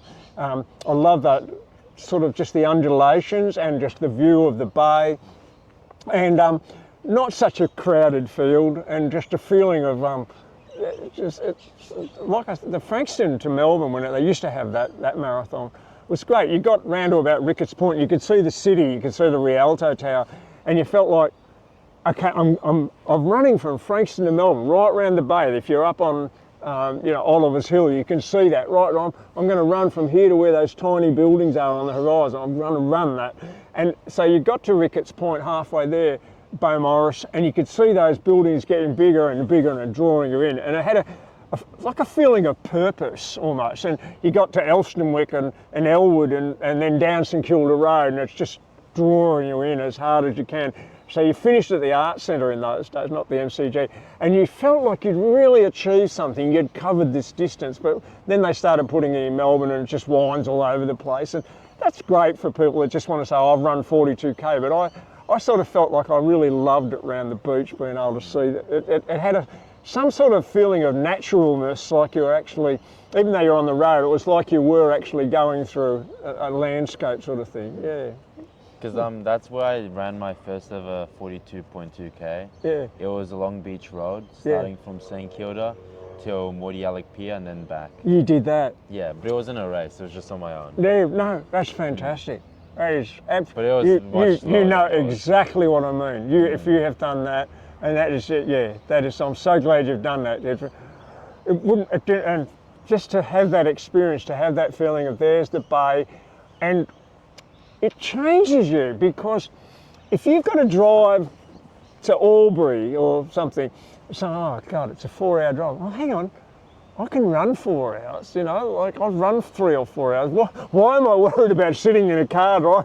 It's boring, but you have this inner strength, you know, like, oh God, I've got to be at work, I've got to walk around as a lifeguard for another 4 hours, but hang on, that's not as hard as running for 4 hours, you know. I'd probably prefer to be running than just walking around the pool, you know, but it's not an arrogance, it's just an inner knowledge of yourself and a perspective of the universe that you live in, that you feel like you're somehow grounded with it, you can deal with it. And even if you're bloody gardening later on and you go, oh, I've got to cut that tree out, no, that's going to take me all day, you know, all right, it's going to be hard, but physical action doesn't sort of phase you so much, it doesn't stress you, you know. In fact, you start to like it, you love it. And I think part of that is because every action we do releases stuff called myokines. Myokines come, you've only got to do that, move your muscle. Myokines are released, and they're good for your body. They help clean up, they make you feel better. And they're a chemical that goes everywhere in your body, even that, it'll go to your leg. So myokines are good. As an organism, whenever the hell we started, and we were a few cells, somehow along the way, wiggling made us better. It made us grow, it made us healthy, and got rid of the rubbish out of our bodies. And so even when we were only a few cell organism, and we kept on developing. And yeah, so I'm so glad you did that. I didn't know you'd done that, and I didn't know you'd run at all. But I had huge respect for you anyway. And it's not about respect, it's about loving that you have had that in your life, and I'm so happy for you. That not because you understand me or you felt that, but I'm happy for you that you've had that feeling, you know, like that you've experienced that sort of thing. But yeah, it was a lot slower than yours. There's no such thing as slow. No, there's no such thing as slow. No. The kid in primary school that draws his first horse is as good as Da Vinci drawing the Mona Lisa. There's no such thing as good art. It's what you do in it. It's enjoying being alive, and the fact that you're still breathing and the blood and electrons are moving in your body. It's like there's no slow or fast. It's good. Because looking in hindsight, I didn't really have the right nutrition. I had maybe 2 oat bars, a little bit of water in like 2 little running packets, and well, my first one, I've been running for 10 years and I just ran around and, oh, those guys are drinking water. Oh no, they'll get a stitch. I'm not going to drink water.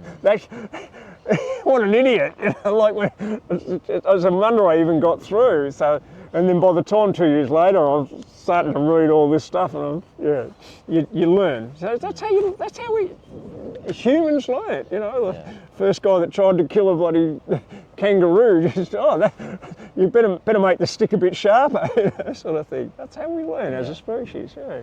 It was done in 5 hours. So, that's a long time to be out. I'm actually more happy for you that it was like that.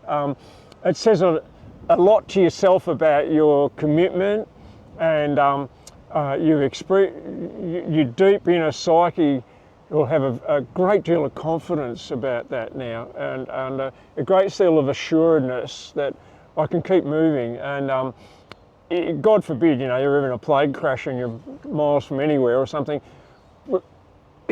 or even dumped off a boat in the middle. Something deep in your psyche now has this confidence that it's okay. I've only got to keep moving. I've got to keep breathing, and I'm going to get there. And or whatever job it is that I've got to do, you know, even your friggin' taxation at times. It's like, if I just keep doing this, I'll get there. At some stage, I will get there. I'll get this job done, you know, and that's good. What is the Spartan Club? The Spartan Club is guys who have run, or girls, who've run 10 Melbourne Marathons. It doesn't matter if they run 10 in a row, or they might run 2 and not run another 2 for 10 years and another 2. But this, all that the precursor for entry to the Spartan Club is that they've completed 10 Melbourne Marathons. And I think that it's both a carrot for people to continue, to not, just to continue with their fitness more than anything. It doesn't matter how fast or slow they go. And it's also a recognition that you have committed to your life that much, that's a recognition that, okay, you're fairly serious about your health and your fitness if you've run 10 marathons. No problem at all if they're 10 6.5 hour marathons or 10, whatever.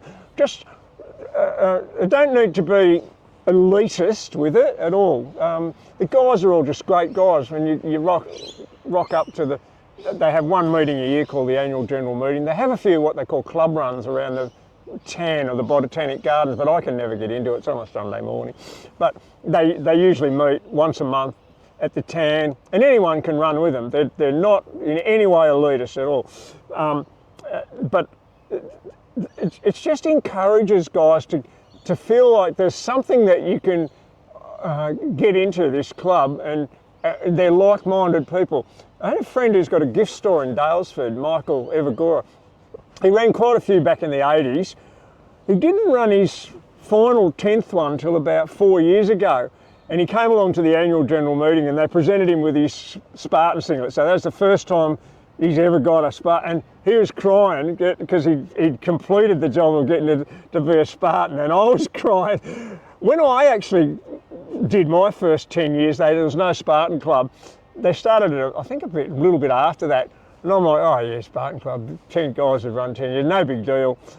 But as guys sort of said, oh, you're a Spartan, and oh yeah, right. It didn't mean anything much to me because I'd been running for 10 years before I started marathon, so here it was 10 years later, and been running for 20 years, no big deal, it was always going to happen. But I started to get excited, and Em, who's a personal trainer at Park, Emily Van Bruen, a couple of years ago, she achieved the Spartan thing. And I was in tears for her because it meant so much to her to have this significance in her life that she's spent 10 years where she's been fit enough to complete a marathon. And now I feel happy for these people. I'm a little bit different because a lot of those guys, the other 2 guys, I've run like 46 of these marathons, and there's 2 other guys who've run 46. John Dobson, Dave Foss. They didn't start running till they were in their 30s. They're in their 70s now. They ran their first step of running when they were I was like 14, but these guys were nearly 30 or over 30 when they started running. So I revere them because I feel like you started as mature age men. You didn't have that advantage that I had of that. It didn't mean anything to me as a kid just to start running, I'm not trying to make it sound like I'm special at all. I just said, like, yeah, I was hopeless at every other sport, so I got into running. But these guys made a conscious decision in their working and in their late 20s, I'm going to try and run a marathon, and they did. It was the first race or anything, the first time they'd ever trained up. And that's why I say to Dave and John, I see them as sort of on a level above me. To me, I'm just a mad cloth athlete who's never stopped. These 2 guys, they're now well in their 70s and still running, and they all right, I say there's no such thing as slow or fast. All right, they come in a bit behind me, but that doesn't matter. To me, they achieve it, and they've achieved 46 years where they've had enough health to do a marathon. People go, oh, you did too. Oh, yeah, forget me. These guys are great. They were mature age men who decided they were going to look after themselves and get to, now they've still done 46 years straight of marathon running. And someone from The Age is going to interview us in a couple of weeks or something and put some photos in or something. And I said, I don't even care if I'm not there. And they said, oh, you've got to be part of it. And I said, I think David and John are more important than me because what they want to do is encourage young people to run and things like that. And I'm like, I see them as the guys who are the epitome of just, John had been a footy player, David just played a bit of tennis and played a bit of golf, and they had the guts to sort of say, I'm going to try and train up for a marathon when the Melbourne Marathon started. And I'm like, that's incomprehensible to me. That would have been like saying to me, oh, I don't know, you know, you're 29 years old, why don't you go in the Australian Judo Championships or Karate Championships? You've got 6 months to train, you know, or something like that. I'm like, what? So I love those two blokes. They're lovely blokes, and it's funny, we didn't even know each other for the first 10 years. None of the guys did. The first Spartan meeting we went along to, we were all just looking at each other. Now we all know each other, and there's 1,000 Spartans who've, or might even be 12 or 15. A lot of them are not running now. Unfortunately, a lot of them have died, you know. But each year there's a bigger and bigger group of people who've done 10 marathons, and that's lovely. Only because I want people to be healthy and enjoy their life. I don't care if they run a marathon or not. I'm just so glad that people are now out. There's so much obesity, there's so much depression, there's so much violence, there's so much negativity, and the guys who run, it's sort of the subliminal message that you rarely find someone who's run a lot of marathons who hasn't got a fairly positive attitude generally about life. They've got a bit of a sense of humour. They've got a bit of they don't take themselves too seriously.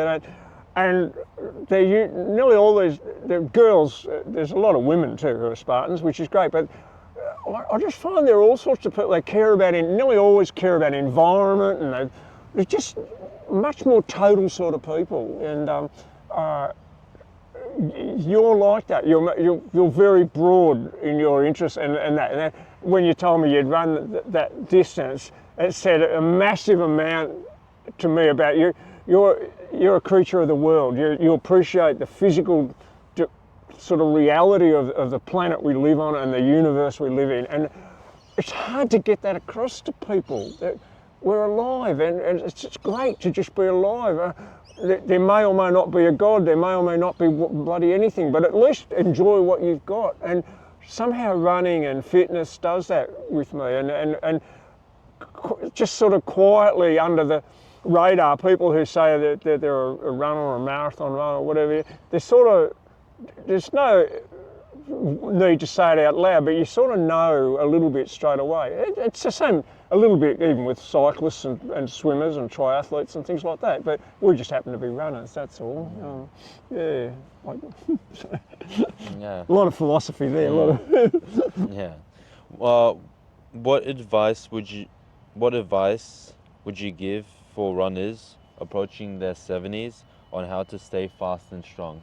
I would say try and run on grass or soft surfaces. I've really focused on if not have very good shoes, and only run long on concrete or asphalt occasionally, and make sure you really. But so one of the main things is to just look after your legs, your knees, your ankles. Try to maintain muscle mass. Do a little bit of hill running or stairs or squats or a bit of cycling as well to actually keep your leg muscle mass very good. Try to ensure you get your protein, and I would say more, from what I've read in the last couple of years, more plant protein, but if it's got to be fish or chicken or meat and you can't handle legumes or beans, all right, but do try and I use the machine at Park regularly to check my muscle mass, and it's held really steady for the last 6 or 7 years. I'm about 62 kilogram in weight, and I've got nearly 31 kilogram of muscle mass, and it hardly varies. And I'm really happy because after 60 you start to lose muscle mass. The more you use muscles, the more they retain muscle mass. You don't want to overuse them too much because then they start to break it down too much. But I'm really happy that I do a lot of walking at Park, and that's sort of like recovery that gives from the hard training. So that's releasing myokines that actually helps me recover. So I love the job because, and I like, apart from the social side of it, but I would say be careful with your diet. Try and, you have your sweets and things, but get lots of fibre. Definitely, a lot of fruit and a lot of veggies. If you want eggs, and you fine, have it, but So just watch your cholesterol levels then and things like that. Have fibre. Make sure you get your phytochemicals from your berries and your nuts. Get your healthy fats in your nuts and your avocados. Train on grass. Train if you want to now and again very long, and don't worry if you're walking it. If you don't want to run long, if you only want to run quarter of an hour a day or 20 minutes a day, or you want to run 5 minutes and walk quarter of an hour, that's fine. Just keep doing it and cycle or swim or walk as much as you can. Try and do some resistance stuff. If you can do some quicker stuff, do that. If you can't, walk in soft sand or ride a bike and don't go back on the gears on a couple of hills. Make your legs work. Nearly 2/3 of your muscle in your body is in your legs. It's about 1/3 in the top, a little bit more. And the more muscle mass you have, the more myokines you release, the more immune system you have. Your muscles very much are the home of the immune system, apparently, the hormones that, and the more muscle mass you have, the healthier you'll be as you get older, particularly if it's in your legs. It's good to see guys doing the weights a bit when they're young, but I feel like what my brother said, don't be like a chicken, don't have all that. Use your bloody legs, and as you get older, you'll find, even if you've got to use a Zimmer or sticks, use your legs. And I say to my sister, who's 84, get out and walk, and she's had a broken hip. And when she broke her hip 7 years ago, I said, as soon as you can, get out of that bed and walk. And she did. She'd been a bushwalker. And I said, your legs are what's going to keep you going. If your legs start to get too weak, and when they test older people, they get them to stand up and sit down as many times as they can in 10 seconds. And that deacon that did that on me a few years ago, and I said, oh, no, I realised that leg strength, the more I read about it, is the difference between health and not good health for people when they get into their 80s and 90s. And nearly all the guys that live to 100 have got good leg, they can walk, or at least they try, even if they're walking with a Zimmer. You don't see guys who are 100 much they do a bit of weights and things, a lot of them, and that's good, and gardening and things like that. But the more they walk, the better. It also, because, makes the heart work and the lungs, and that keeps the lung volume and the heart volume up, keeps all the artery volumes up. So definitely use your legs and look after them by soft surfaces if you can, and let them have adequate rest. Yeah. Do you play any instruments? Sorry? Do you play any instruments? I play guitar, a bit of harmonica and banjo, but mainly guitar. I was nuts about music from a very young age. I just going to church as a kid, I loved the music even at church when we were little kids. And then I was lucky, I hit teenage, 14 in 1966, and music just exploded, the Beatles and everything, Rolling Stones. And 2 older brothers and 2 older sisters who were into Elvis and God knows what all. So the house had records. Mum and Dad always sang around the house. I loved musical type musicals. And I just started buying records, and my friends had a band in Altona, and I'd go along and listen to them. I wanted to play, and Dad said, no, can't get a guitar till you finish your year 12. So as soon as I finished year 12, I bought a guitar and I started teaching myself to play. And so for the first 30 years, I was playing a nylon string guitar or acoustic. And then when I was 50, I had the shop and the kids were sort of coming along about the year 2000. Saw a cheap Fender electric guitar and a cash converters and a cheap amplifier. And I bought them, and Patty said, oh, you're going through second childhood. I said, no, I didn't get to go through it the first time. So I started playing a bit of electric, and a guy who lived across the road from the shop, he had a tiny little pub in Frankston downstairs called the Robin Hood. He'd gone broke, he was an alcoholic. But anyway, he said, oh, you can run a musos night here on a Wednesday night. I could play guitar. I didn't know the first thing about really playing in a band or anything. But he knew a guy who played bass and another bloke who played drums. So we'd go down to this tiny little bar, not much bigger than this area here. We got up on a little stage, and there'd be half a dozen or a dozen people drinking.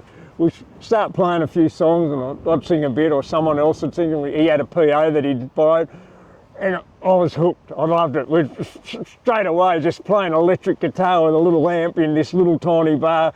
So I got customers to come down on a Wednesday night. I was running this musos night, and all different people would get up and they'd play. Someone would play drums, someone would play bass, and we'd do simple 3-chord songs, Bad Moon Rising, and I got a bit hooked on that. And then my mate who had the pub, he went alcoholic, nearly killed himself. He went broke. So I started getting some of the customers who'd been quite good musicians to come round to the back of my shop in Frankston Heights on a Wednesday night, and we'd have a few beers and we'd play a bit of guitar. We gradually nutted out who wanted to have a band, and we found one customer was a good drummer, and one was a good bass player, and one was a good rhythm, and one was a good lead guitarist actually, and so I was just playing rhythm, and one of the customers was a pretty bloody good singer. So we formed a first band in 2001. We played the school fete up there at Frankston Heights, and we called ourselves Crabs. Country, rock and roll, rhythm and blues and bullshit. and then the wives and girlfriends all said, you can't call yourselves Crabs. So for a year or two we became Flying Blind, and we started to actually get some gigs, weddings and 50ths. And we turned into a reasonable band, and then after that, we actually got some direction after about 3 years. So about 2005, 2006, the boys said, look, let's call it something else. And I said, well, what about the Cool Room or the Cool Room? And they said, because on hot nights we'd be playing out the back of the shop, and then we'd finish a song, we'd all race into the Cool Room, which was like a big, we'd have a beer in there, and then we'd come out and play another song. So hot out in the back of the shop because of the fridge motors. So we saw ourselves the Cool Room band, so the Cool Room. So it's been that ever since, from about 2005 to now, 20 years. And we haven't played much in the last few years, and a whole lot of people have come and gone. There's never been really any politics, it's just people have moved in and out. But me and the drummer have been in it for pretty much for the whole 20 odd years, 22 years, and there's one guy who plays bass occasionally with us.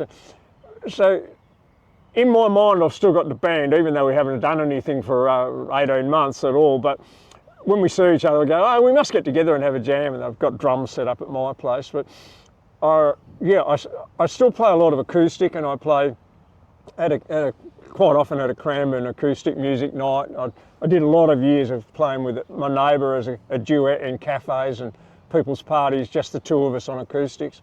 And I love playing bluegrass music, American bluegrass, which is sort of high speed. I can play a bit of banjo, play a bit of harmonica. I love my acoustic, or I love playing in the band, playing sort of rock stuff, and we've done some pretty good gigs actually, some pretty big gigs, and the drummer is a really good drummer, and the bass player, in fact I ended up a fairly good lead guitarist. It took me a few years because my first so many years were just playing acoustic and in church a lot and things like that. And going from acoustic to electric was like really a whole different ball game. And I had to really learn how to be a lead guitarist and study it, and just like you do with athletics or anything. Fortunately, the internet started to come on board just about then, and so there's stuff on YouTube and there's stuff you could download, tabs and things. I was very fortunate because I'd always wanted to play a bit of lead guitar, but there was nothing for the first 30 years. You just went and bought sheet music, and it didn't tell, never had the lead break in it or what the lead guitarist was doing at all. So, and I got better and better at listening to the lead guitarists in different bands too. And so in my duet, my neighbour, who's now the singer in the band and my duet partner, got a really good voice. He plays quite well, but he doesn't play lead guitar. He just plays what you call rhythm, and on his 12-stringer very lightly, and I'll put in lead or bass. And so we form a very good duet because the two sounds are quite different, and we've got a similar taste in music. I can sing backup harmonies a bit, and we've done a real lot of work. Actually, over the last 13 years, I don't know, probably played 100 gigs at cafes or people's parties or things like that. It's been a really good experience. It was what I always wanted to do. I love music, I love playing, yeah. So. Looks like we're about to wrap it up. Yeah, I'd like to finish with a Marcel Proust Questionnaire. It's a funny thing, I'll tell you.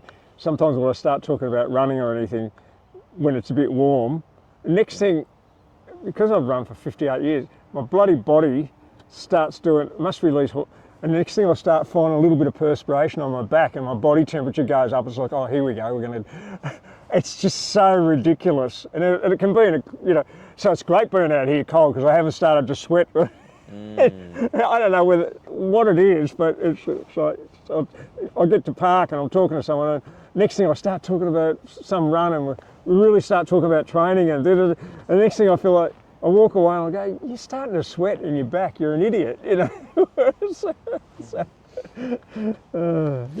I'm missing, and I'll try and keep the answers. Okay. What is your idea of perfect happiness? Pretty much with a lovely partner like Paddy, and just a nice simple place to live and raise a family if you can, and just fit into the community and help people. Yeah, that's I don't know. That's sort of become a realisation more than that. It wasn't like there's the goal. I think it was because we both had parents who were a bit like that anyway, and it wasn't till we got much older and our kids grew up that we realised we've just sort of copied our parents, but that seemed to work for us. Yeah. What is your greatest fear? Oh, really anything happened to my kids, Paddy and I understand we're like anything could happen to us anytime, but we fully, realise, like we both hate the thought that one or the other of us will at some stage go down, of course, but you just really hate your kids, even though they're 30s and 40s, anything happening bad to them, it's just, I just dread it. You'd rather something happen to yourself. What is the trait you most deplore in yourself? The trait I most deplore.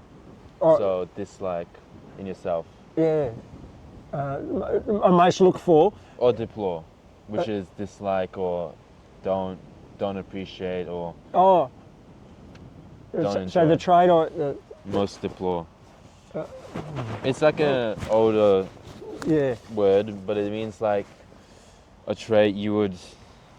Oh, what is? Sorry. Or not so much appreciate. What is the trait? Oh, deplore. Yeah, oh, yeah, deplore. Hating myself. Oh, so sorry. It took me so long to get that. I really apologise. Being a bit aggressive and arrogant, and at times. Less and less as I've got older. I've tried to calm down. When I was young, I could be pretty fiery, fire up, and Dad was a bit, and he got calmer, and that is, he got older too. I'm not blaming him, I'm just saying it seemed to be a bit of a genetic, Irish or some bloody thing. But I've tried to be more the person that I really want to be, respect, and that just occasionally something will fire me up and I think, oh, I wish I hadn't said that or done that or been quite that aggressive now. Even when I was young, I'll give you an example. I was driving around Albert Park Lake and a guy cut into me and his trailer just touched the front of my car. And I went after him and pulled him up, and it's an old car and it had scratches. And it had the tiniest scratch, and I was going off at this bloke. And Paddy, I got back in the car and Paddy said, what'd you get that upset for? There's got marks all over your car. And she says, you're an idiot, just don't go starting a fight. She can fire up, but not about shit like that. And I had to learn to just calm down a little bit, and so people see me now, and they, oh, he's a happy old guy. And I said, yeah, occasionally something will still fire me up, but I've got to really, it's usually more about politics or something now, Yeah. What is the trait you most deplore in others? Oh, greed, probably, yeah. I like people to be generous and selfless, and I just think it's too much greed. I think greed, I can understand people being a bit, like I was, a bit fiery and aggressive and things like that. I can cope with that. But bloody greed and just using people, and it's just so much in the world for people that we could there's no need for greed, you know. We should be more, we should be looking after poor countries, poor people everywhere, you know. I suppose you could say I'm a bit of a socialist or a lefty, even though I've had my own business for 15 years, or really 30 years, you know, but yeah. Yeah. Which living person do you most admire? Oh, a living person that I admire. God, that's hard.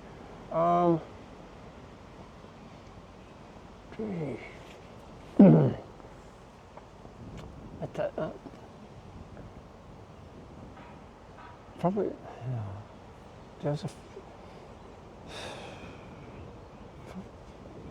was, you know, Barack Obama at one stage, or Angela Merkel, and Zelensky's right up there.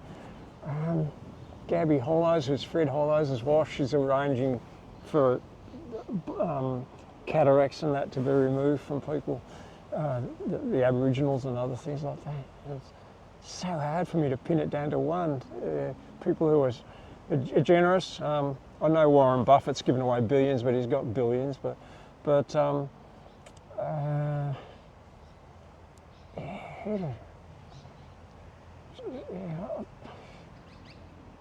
Jacinda Ardern, the New Zealand Prime Minister, was great. She copped a lot of flack. Probably Zelensky almost at the moment. I think he's in a terrible situation, and he's being criticised everywhere as saying, oh, he's a puppet and he's only in it for himself, and I don't feel he is. I feel like he's trying to help his people, and they say, oh, there's corruption now. Yeah. You run a business, run a small grocery store, and you'll find people, even your staff, occasionally are stealing. It's hard to beat corruption, you know. It's hard to beat greed, you know. It's hard to pin it down, isn't it?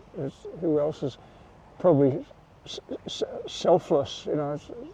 Maybe Michael Gregor? Yeah, he's doing a great job of that, I think. Yeah, until no one shot him down yet. They all seem to.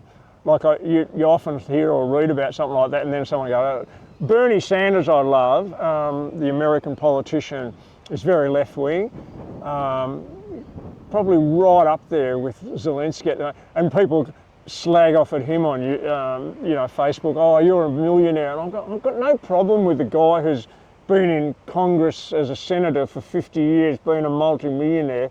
He puts it on the line. He's trying, and we don't know what he might have done to help people anyway. You know, but he puts it out there, and he was going to run for president, but the Democrats wouldn't put him up. I don't think he would have been a good president anyway. He's different. He needs to be the guy who's punching away there in the side. He needs to be like they need to have the funny guy who tells the jokes. They need to have the guy who's just punching away, going, you need to do this, you need to do this. And yeah, Bernie Sanders is very, very high up there too. Sorry. What is your greatest extravagance? Oh, my greatest extravagance? Yeah, would be either my old car that I did up on my music. I spent an awful lot on music, on instruments, amplifiers, CDs, records, books. Frankly, I haven't spent much on running really over the years, not on shoes or gear or going to runs, really, not very much at all compared to a lot of people. I did up a car, an old Mercedes, that I shouldn't have spent so much, but we were earning very good money when I had the shop, and so really, I didn't, you sort of rationalise it, the kids are all right, they got their teeth done, they got everything they want. So I'm going to fix this car up, and I'm earning, at the time probably $100,000 a year, and we own the house, and I'm not drinking, I'm not smoking, I'm not gambling, and I'm working 7 days a week and 70 hours a week. So if I want to do up an old car, I'm going to do it up. Probably spent 30 or 40 grand doing up the car. A bit crazy, but at least it's a lovely old car. I've still got it, and I'll probably. On music, I'll probably spend a bloody 100,000 over the years if you added up all the records, sheet music, instruments, amplifier. Oh, it's terrible, but that's my extravagance. Yeah. What is your current state of mind? Very happy. Yeah, incredibly happy.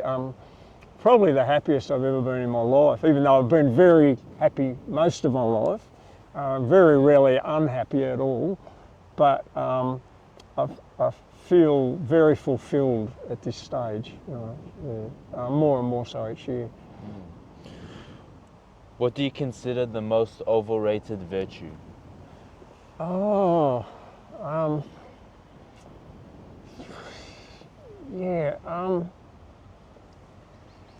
overrated virtue.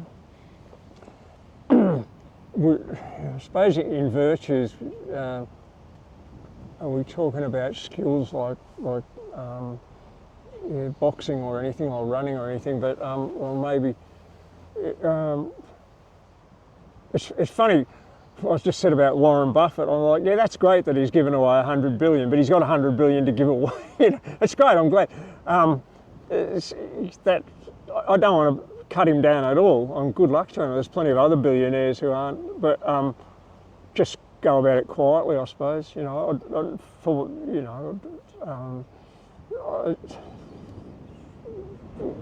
That's your responsibility to look after others, to help, to as a species, as an organism.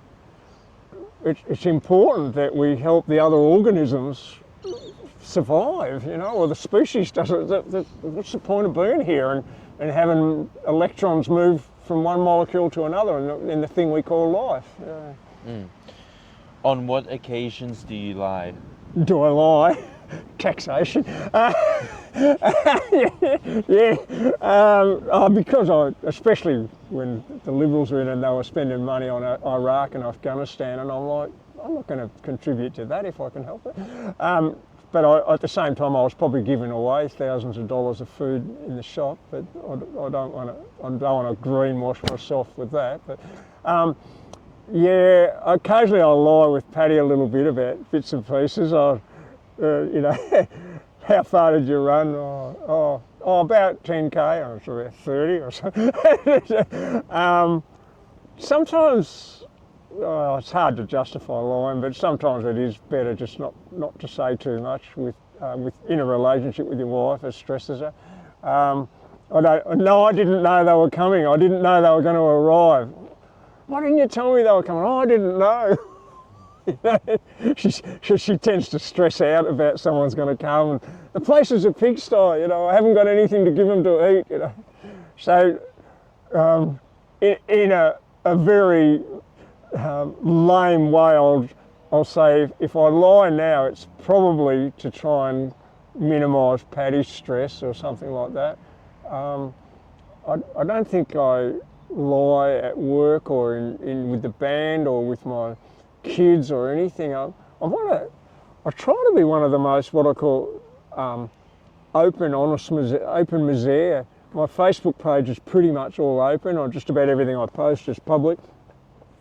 You can play a game called 500s, and there's a thing you can do. You can play what's called open misère, where you lay all your cards on the table and let people try to beat you. And I love that. I call that sort of living my life with. I don't mind telling people what I earn, or what I eat, or what I do to train, or anything like that. So I try to be not a liar. I'll tell people what my politics are and why. I'll tell them what I voted. I don't care. I'll have a reason why. I voted this or that. I generally vote Labor nearly always. I voted Green once or twice. Mainly to try and make Labor wake up to the fact that that's a growing movement. I'm very concerned for the planet. What do you most dislike about your appearance? My appearance? Big bent nose and chin. Which is probably exacerbated by not having much body fat, but Which living person do you most despise? Despise? Probably toss up between Putin and Netanyahu at the moment, unfortunately. I think particularly Putin. Netanyahu, I don't like what he's doing, and I can see Hamas is, there is a little bit of other side, but there's been an awful lot of casualties. Putin's just crazy. There is no need to be doing what he's doing, and as particularly hitting innocent buildings and innocent civilians and things like that. And I just really don't like what he's doing at all. And I think he's actually, they reckon that he lives his life, he doesn't watch TV or read papers or anything like that. So I don't know where he gets his information other than his military from, but it's causing problems in the whole world. And I know Z and China's got problems with human rights and stuff like that, but it shouldn't, just the Ukraine thing, and that's probably about minerals and shit, no, but it is causing a problem everywhere in the world. And so it's not just over the land and the minerals, it's just and there's those who support him and those who don't, and then they're at loggerheads, and that includes a lot of Americans. You know, we just don't need conflict in the world. There's no need for it. You know? So I don't know what he's trying to achieve there. Russia's got 13% of the world's land mass. They've got minerals, they've got forests, they've got coal, they've got iron. What is his fucking problem, folks? You know, and that. Then you get stupid Trump saying, oh, we're going to take over Greenland, you know, because that's got minerals as well for electric vehicles, or we're going to take over Canada, and he's half serious. And I'm like, what are you doing? That's just, we don't need this level of greed, and there'll be other ways. Help the scientists find out ways that we can do this without doing that. So. What is the quality you most like in a man? Oh, yeah, generosity probably. I know some people, you know, I've known plenty of guys who can lie a bit, you know, lie a lot. I don't like them being disrespectful to their wives or their mothers either, but I do like generous. And if a bloke's generous, it's fairly likely he's going to be fairly respectful to his wife and his mother, I think, if they're generous as a whole. That they're, you know, like I say, I don't mind people accumulating wealth or anything like that. You don't have to be in poverty. I've got no problem with that. I've worked hard and been pretty wealthy, but just don't be so manic about it that, you know, I see it all the time. Yeah. What is the quality you most like in a woman? Being a mother. You know, I think it. I love it.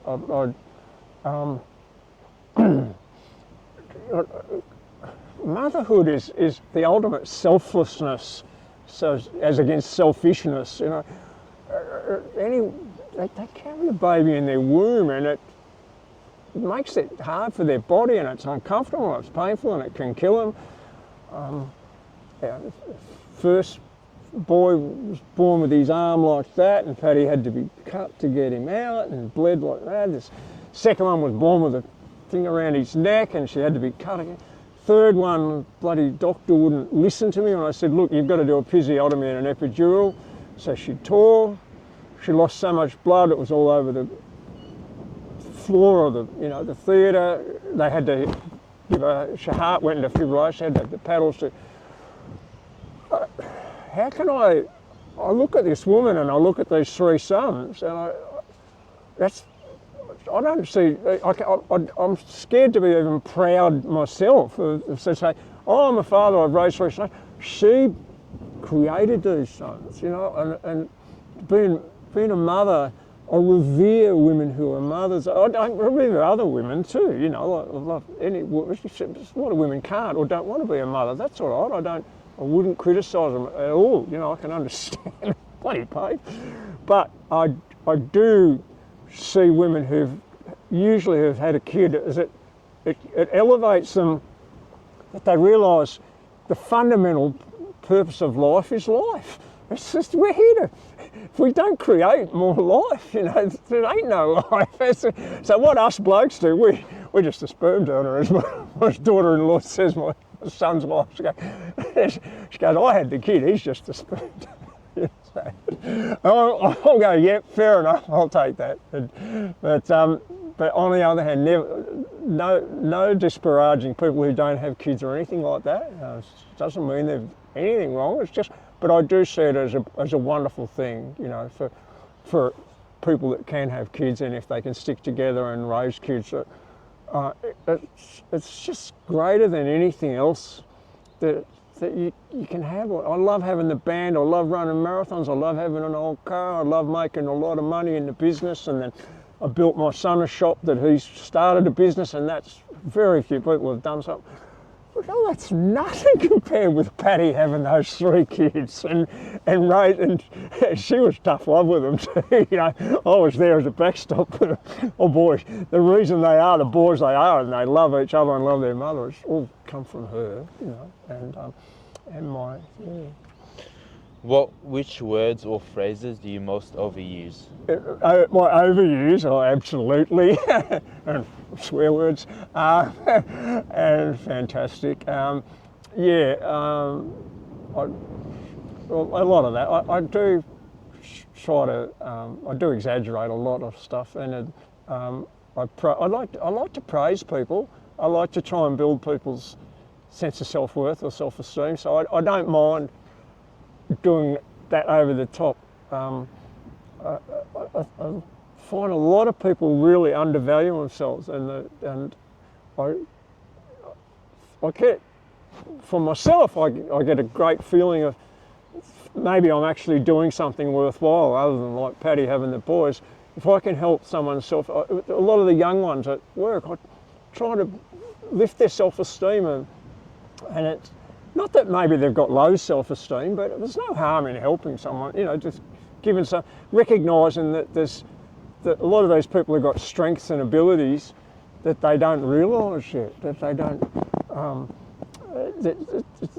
and I had a little bit of that, and a few people gave, you know, I was going off for a job interview when I was about 32, and I was going all right at that stage, and a fella in the office said to me, oh, you know, what's this job you're going? I said, oh, it's to arrange building works in prisons, and I'd been doing it in school.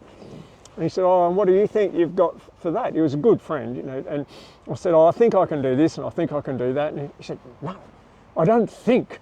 I can do this, I can do that. You've been doing that here. I can do that. I am this bit, you know. And it was like a 2-minute talk before an interview. Well, I scored that job really good, and I did do a good. And it was the first time someone had told me to say, I am this, I can do this, or just to define myself to myself. And so I'd been playing guitar about 30 years, and someone said, oh, are you any good? And I said, yeah, I'm a good guitarist. And it was the first time I'd had like the presence to say it and hear it myself. I think it helps you sometimes to actually, they do that, they say to people now as psychological things, go and look in the mirror and say, I am this, I approve of myself. We didn't have all that stuff when we were young. You know, it was, in fact, like I said, a lot of the teachers suppressed you a bit. My parents were wonderful, but they weren't, it was a different era, and they grew up, my parents were born in 1916, they grew up in a different era, a lot of poverty, and you didn't say to your kids, you're doing great, you're fantastic, you can do it, you can be this, you know. Patty and I lumped that on our kids, well, not ridiculously, obsequiously, but we wanted our kids to have a bit more confidence than we had, so that when they went into situations, they felt like, oh, I can do this. And it was good that we had this shop for 15 years as they were growing up, because they met and they worked in the shop from when they were tiny, and so they felt like they had intrinsic value, and that they were operating and that helped me work in the petrol station when I was 15. That started to lift me up, like I felt like I can actually do something. I can contribute to this world, and I think that is important, that you feel like I have the ability to achieve something. What or who is the greatest love of your life? Oh, Patty, yeah. My 3 boys, of course, but yeah, I love my mum and dad, but she just, much as we fight like mad, even still we yell and scream at each other. But we're just, we're just a unit, you know. We know each other almost too well. But it was pretty much, with both of us, pretty much love at first sight. We've both been out with plenty of other people, but something just clicked. There was something that we just recognised in each other. We didn't have to talk about it or sit down and write it out or plan it or anything. We just something we both knew, this is the person, you know. It was physical, yeah, it was, you know, I mean, we were very romantic, is the way I could say it. Along the way to getting our 3 boys, she lost 4 in miscarriages at 3 months, and she lost 3 before we had the first kid, and I saw her go through that, and that's just heartbreaking. And she's just so gutsy and so tough, and she just said, oh, we'll have to go home and try to make another one. So we did.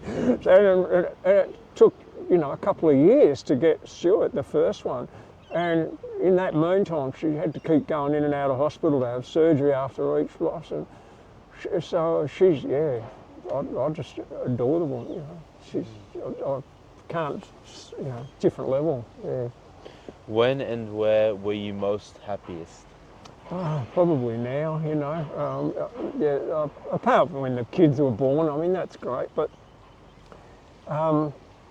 now sort of reaching this last few years where the kids are grown and they're, you know, I'll say successful. It doesn't mean that they're earning lots of money, or they're just successful human beings. They're happy with who they are and what they're doing and what they've got in the cars and houses and their partners and what they've done in their life.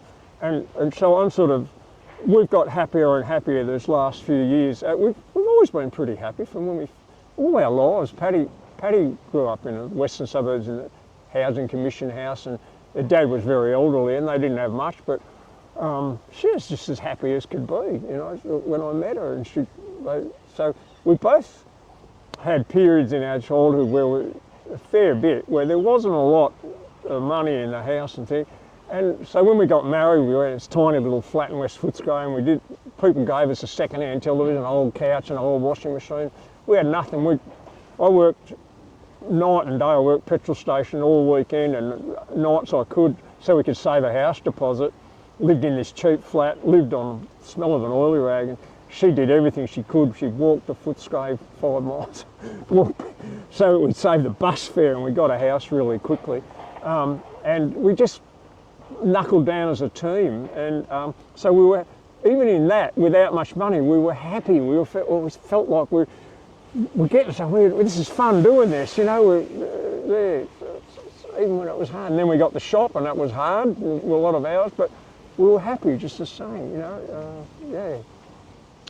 Which talent would you most like to have? Which talent? Talent?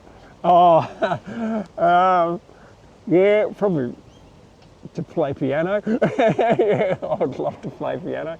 I mean, I feel like I'm an adequate guitarist and an adequate runner, but yeah, I'd love to play piano. One time I would love to have been better at mathematics, calculus and stuff like that. No, really more, if I could have done anything, I really probably would have knuckled down and tried to play piano properly from a young age, yeah, as well.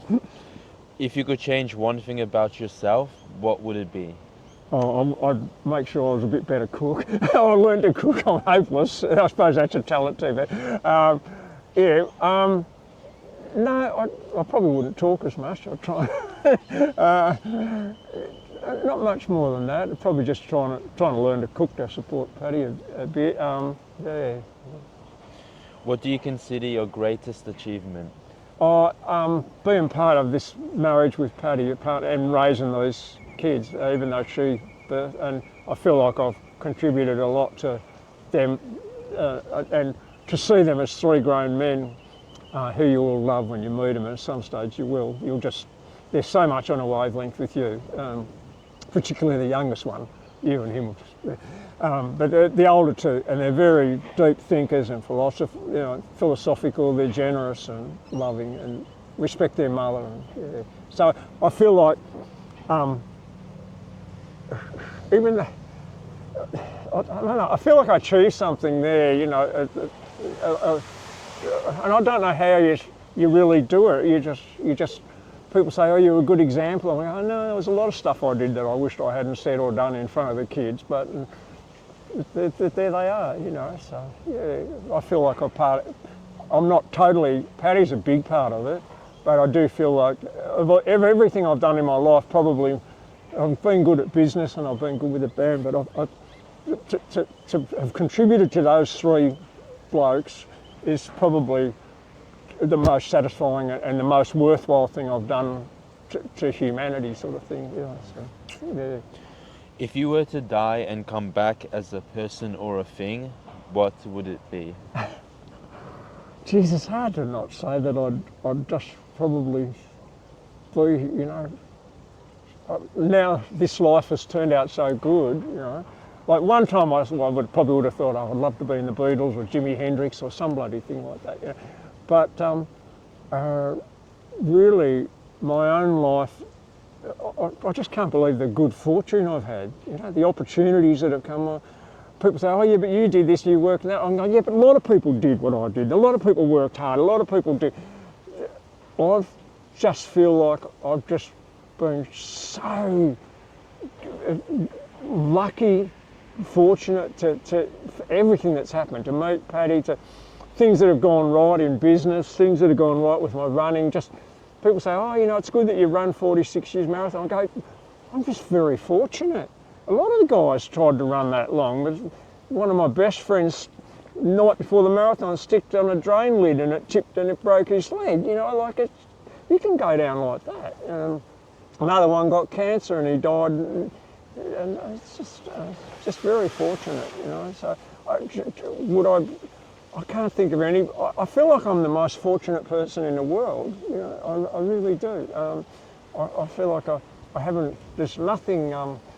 You know, that I really want for. I'll do some other things to my car, or I might practice and learn a few more songs, or try and get a bit fitter and run a bit better. But it's not like as if I'm missing anything, and I'm fortunate to feel that fortunate. You know, like to not have this, like I want to have this, I want to do this, it's a feeling of peace and calm to be able to just have that self-satisfaction, you know. Where would you most like to live? Right where I am, yeah. I mean, yeah, we've thought about that a lot. We probably could move almost, maybe not Brighton or Toorak, but we could move to the central coast of New South Wales, or we could go to New Zealand, or we could go. We love Italy, but we don't want to live there. We spent a month there in 2019, loved it, 10 different cities. I lived in lots of places briefly in Australia at different times, not like on holidays for a week, and thought about it, and just where we live, we're so fortunate that was the cheapest house in Melbourne, and we bought this little house, not realising, like I say, I don't actually really believe in a God, but sometimes I have a real lot of problem with it, because you go, how could you be this fortunate? You know, so I have this cognitive dissonance, or that like where we live, we just couldn't have found anywhere that we think is better. We can go and look at Toorak and Brighton or anything like that and go, yeah, that's lovely, but we get back home to Seaford and we go, oh, I don't want to live any closer to the beach or any further away. I don't want to live any further to Frankston or away. I don't want to live out of Victoria or up in the hills, or it's just where we are. We've been in that house 49 years, and that's not it. It's not just the community, it's the physical place. You know, it's great. It's just got everything. So it's part of it's the community, part of it's the physical thing. You know. Yeah.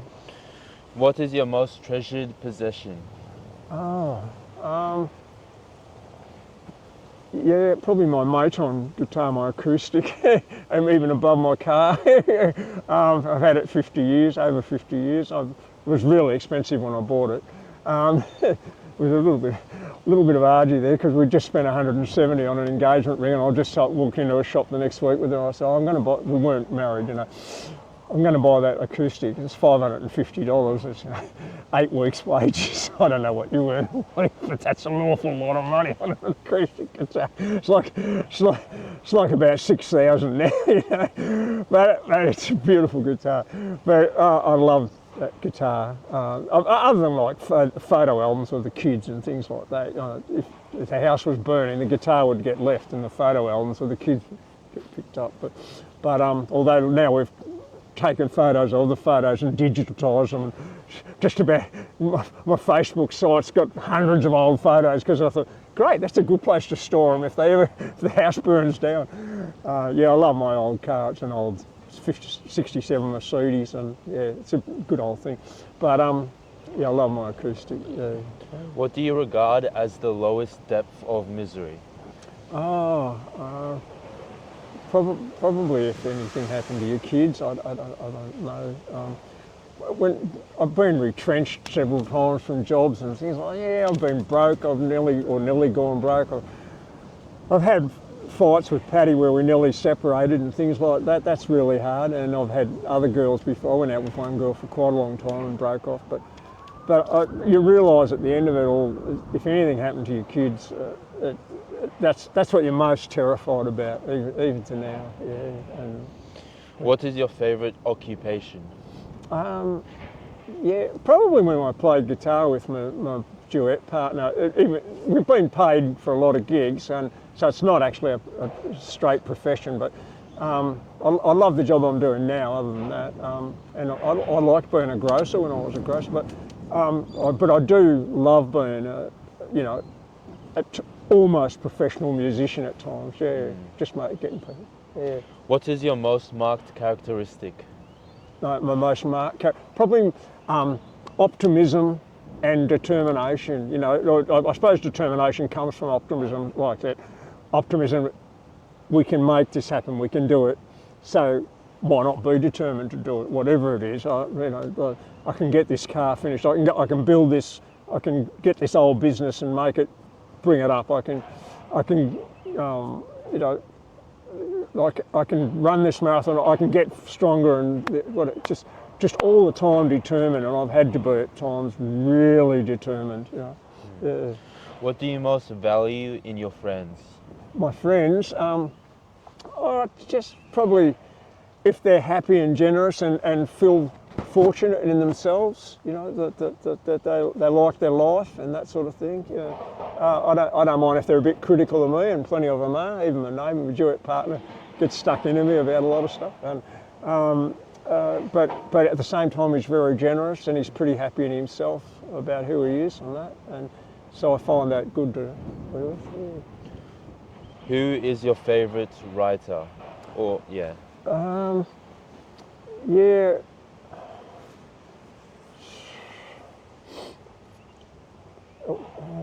I do like a bit of Shakespeare, King's Lear and things like that.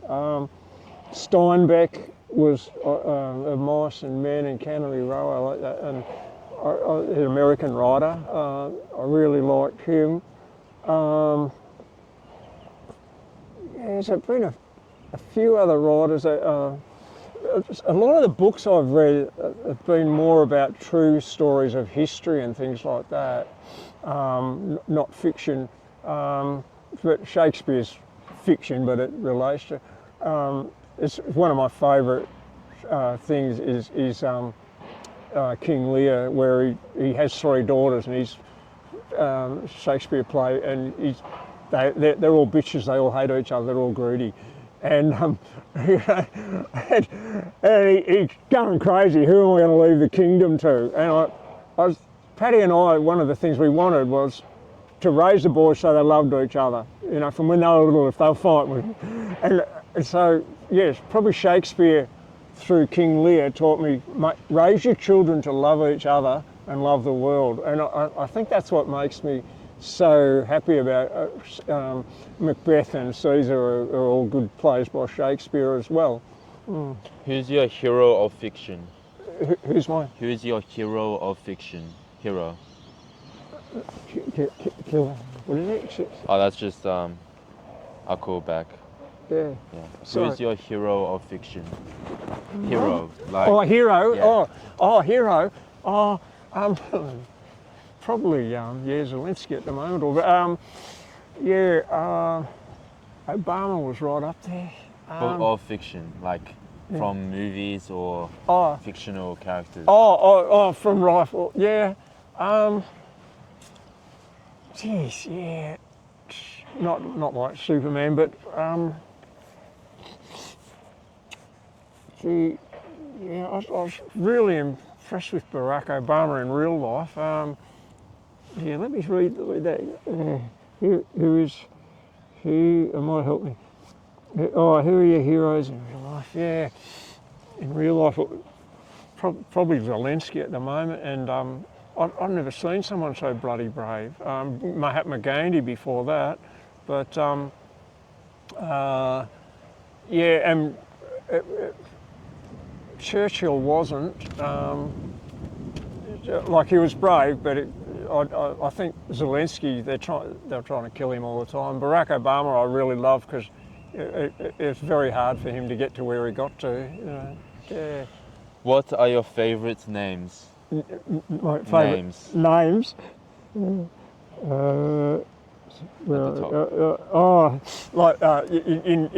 boys' names or men's? Both. Yeah. I'm actually Wayne Stewart Thompson, so we called our first son, I loved it, and Patty loved that, and so we called him Stewart. We loved that, and then she wanted Ryan, and I was, yeah, okay, she wants Ryan, and now I love that. And Braden, she made the name up, the third one, she just got it. She, I don't know, or she read it somewhere. I love our boys' names, Stuart, Ryan and Braden. Other than that, I don't know. I love my dad's name, Keith, and my other brothers' names, Noel and John. Yeah. My sister, Lorraine and Wendy, I love their names. I suppose you gravitate to your family's names. Sorry about that. It's just the cold wind. Yeah. What is your greatest regret? Oh, yeah, probably not making myself learn the piano, not learning to cook properly, I don't regret not training harder when I was younger. I don't think that I would be enjoying it as much now if I had, and I don't regret that I wasn't in a band younger or something and get fame either. You know, that's great, because again, a lot of guys are not enjoying. They pass by it. You know, I felt like I saved a lot of these things to do till I got older. You know, even didn't really do up a car till I was much older. So yeah, probably if anything, I just wished I would have learnt to cook or play piano earlier, younger. Yeah, I didn't want to get. I don't regret not getting into politics. I don't regret not going to university or anything like that. You know, or that I didn't end up in stage shows or anything. Yeah. How would you like to die?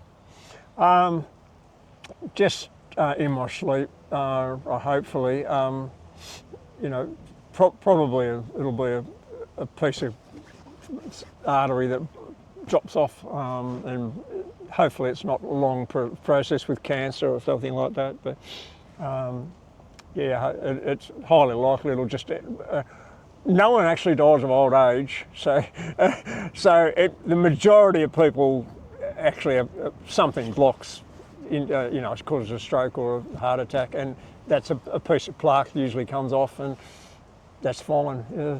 What is your motto? My motto, just, you know, if anything, you know, just keep going, keep happy and be happy and do it. You know, be optimistic, but believe in it, that you can get there, you can do it. Yeah. Thank you, Wayne. Thank you. Appreciate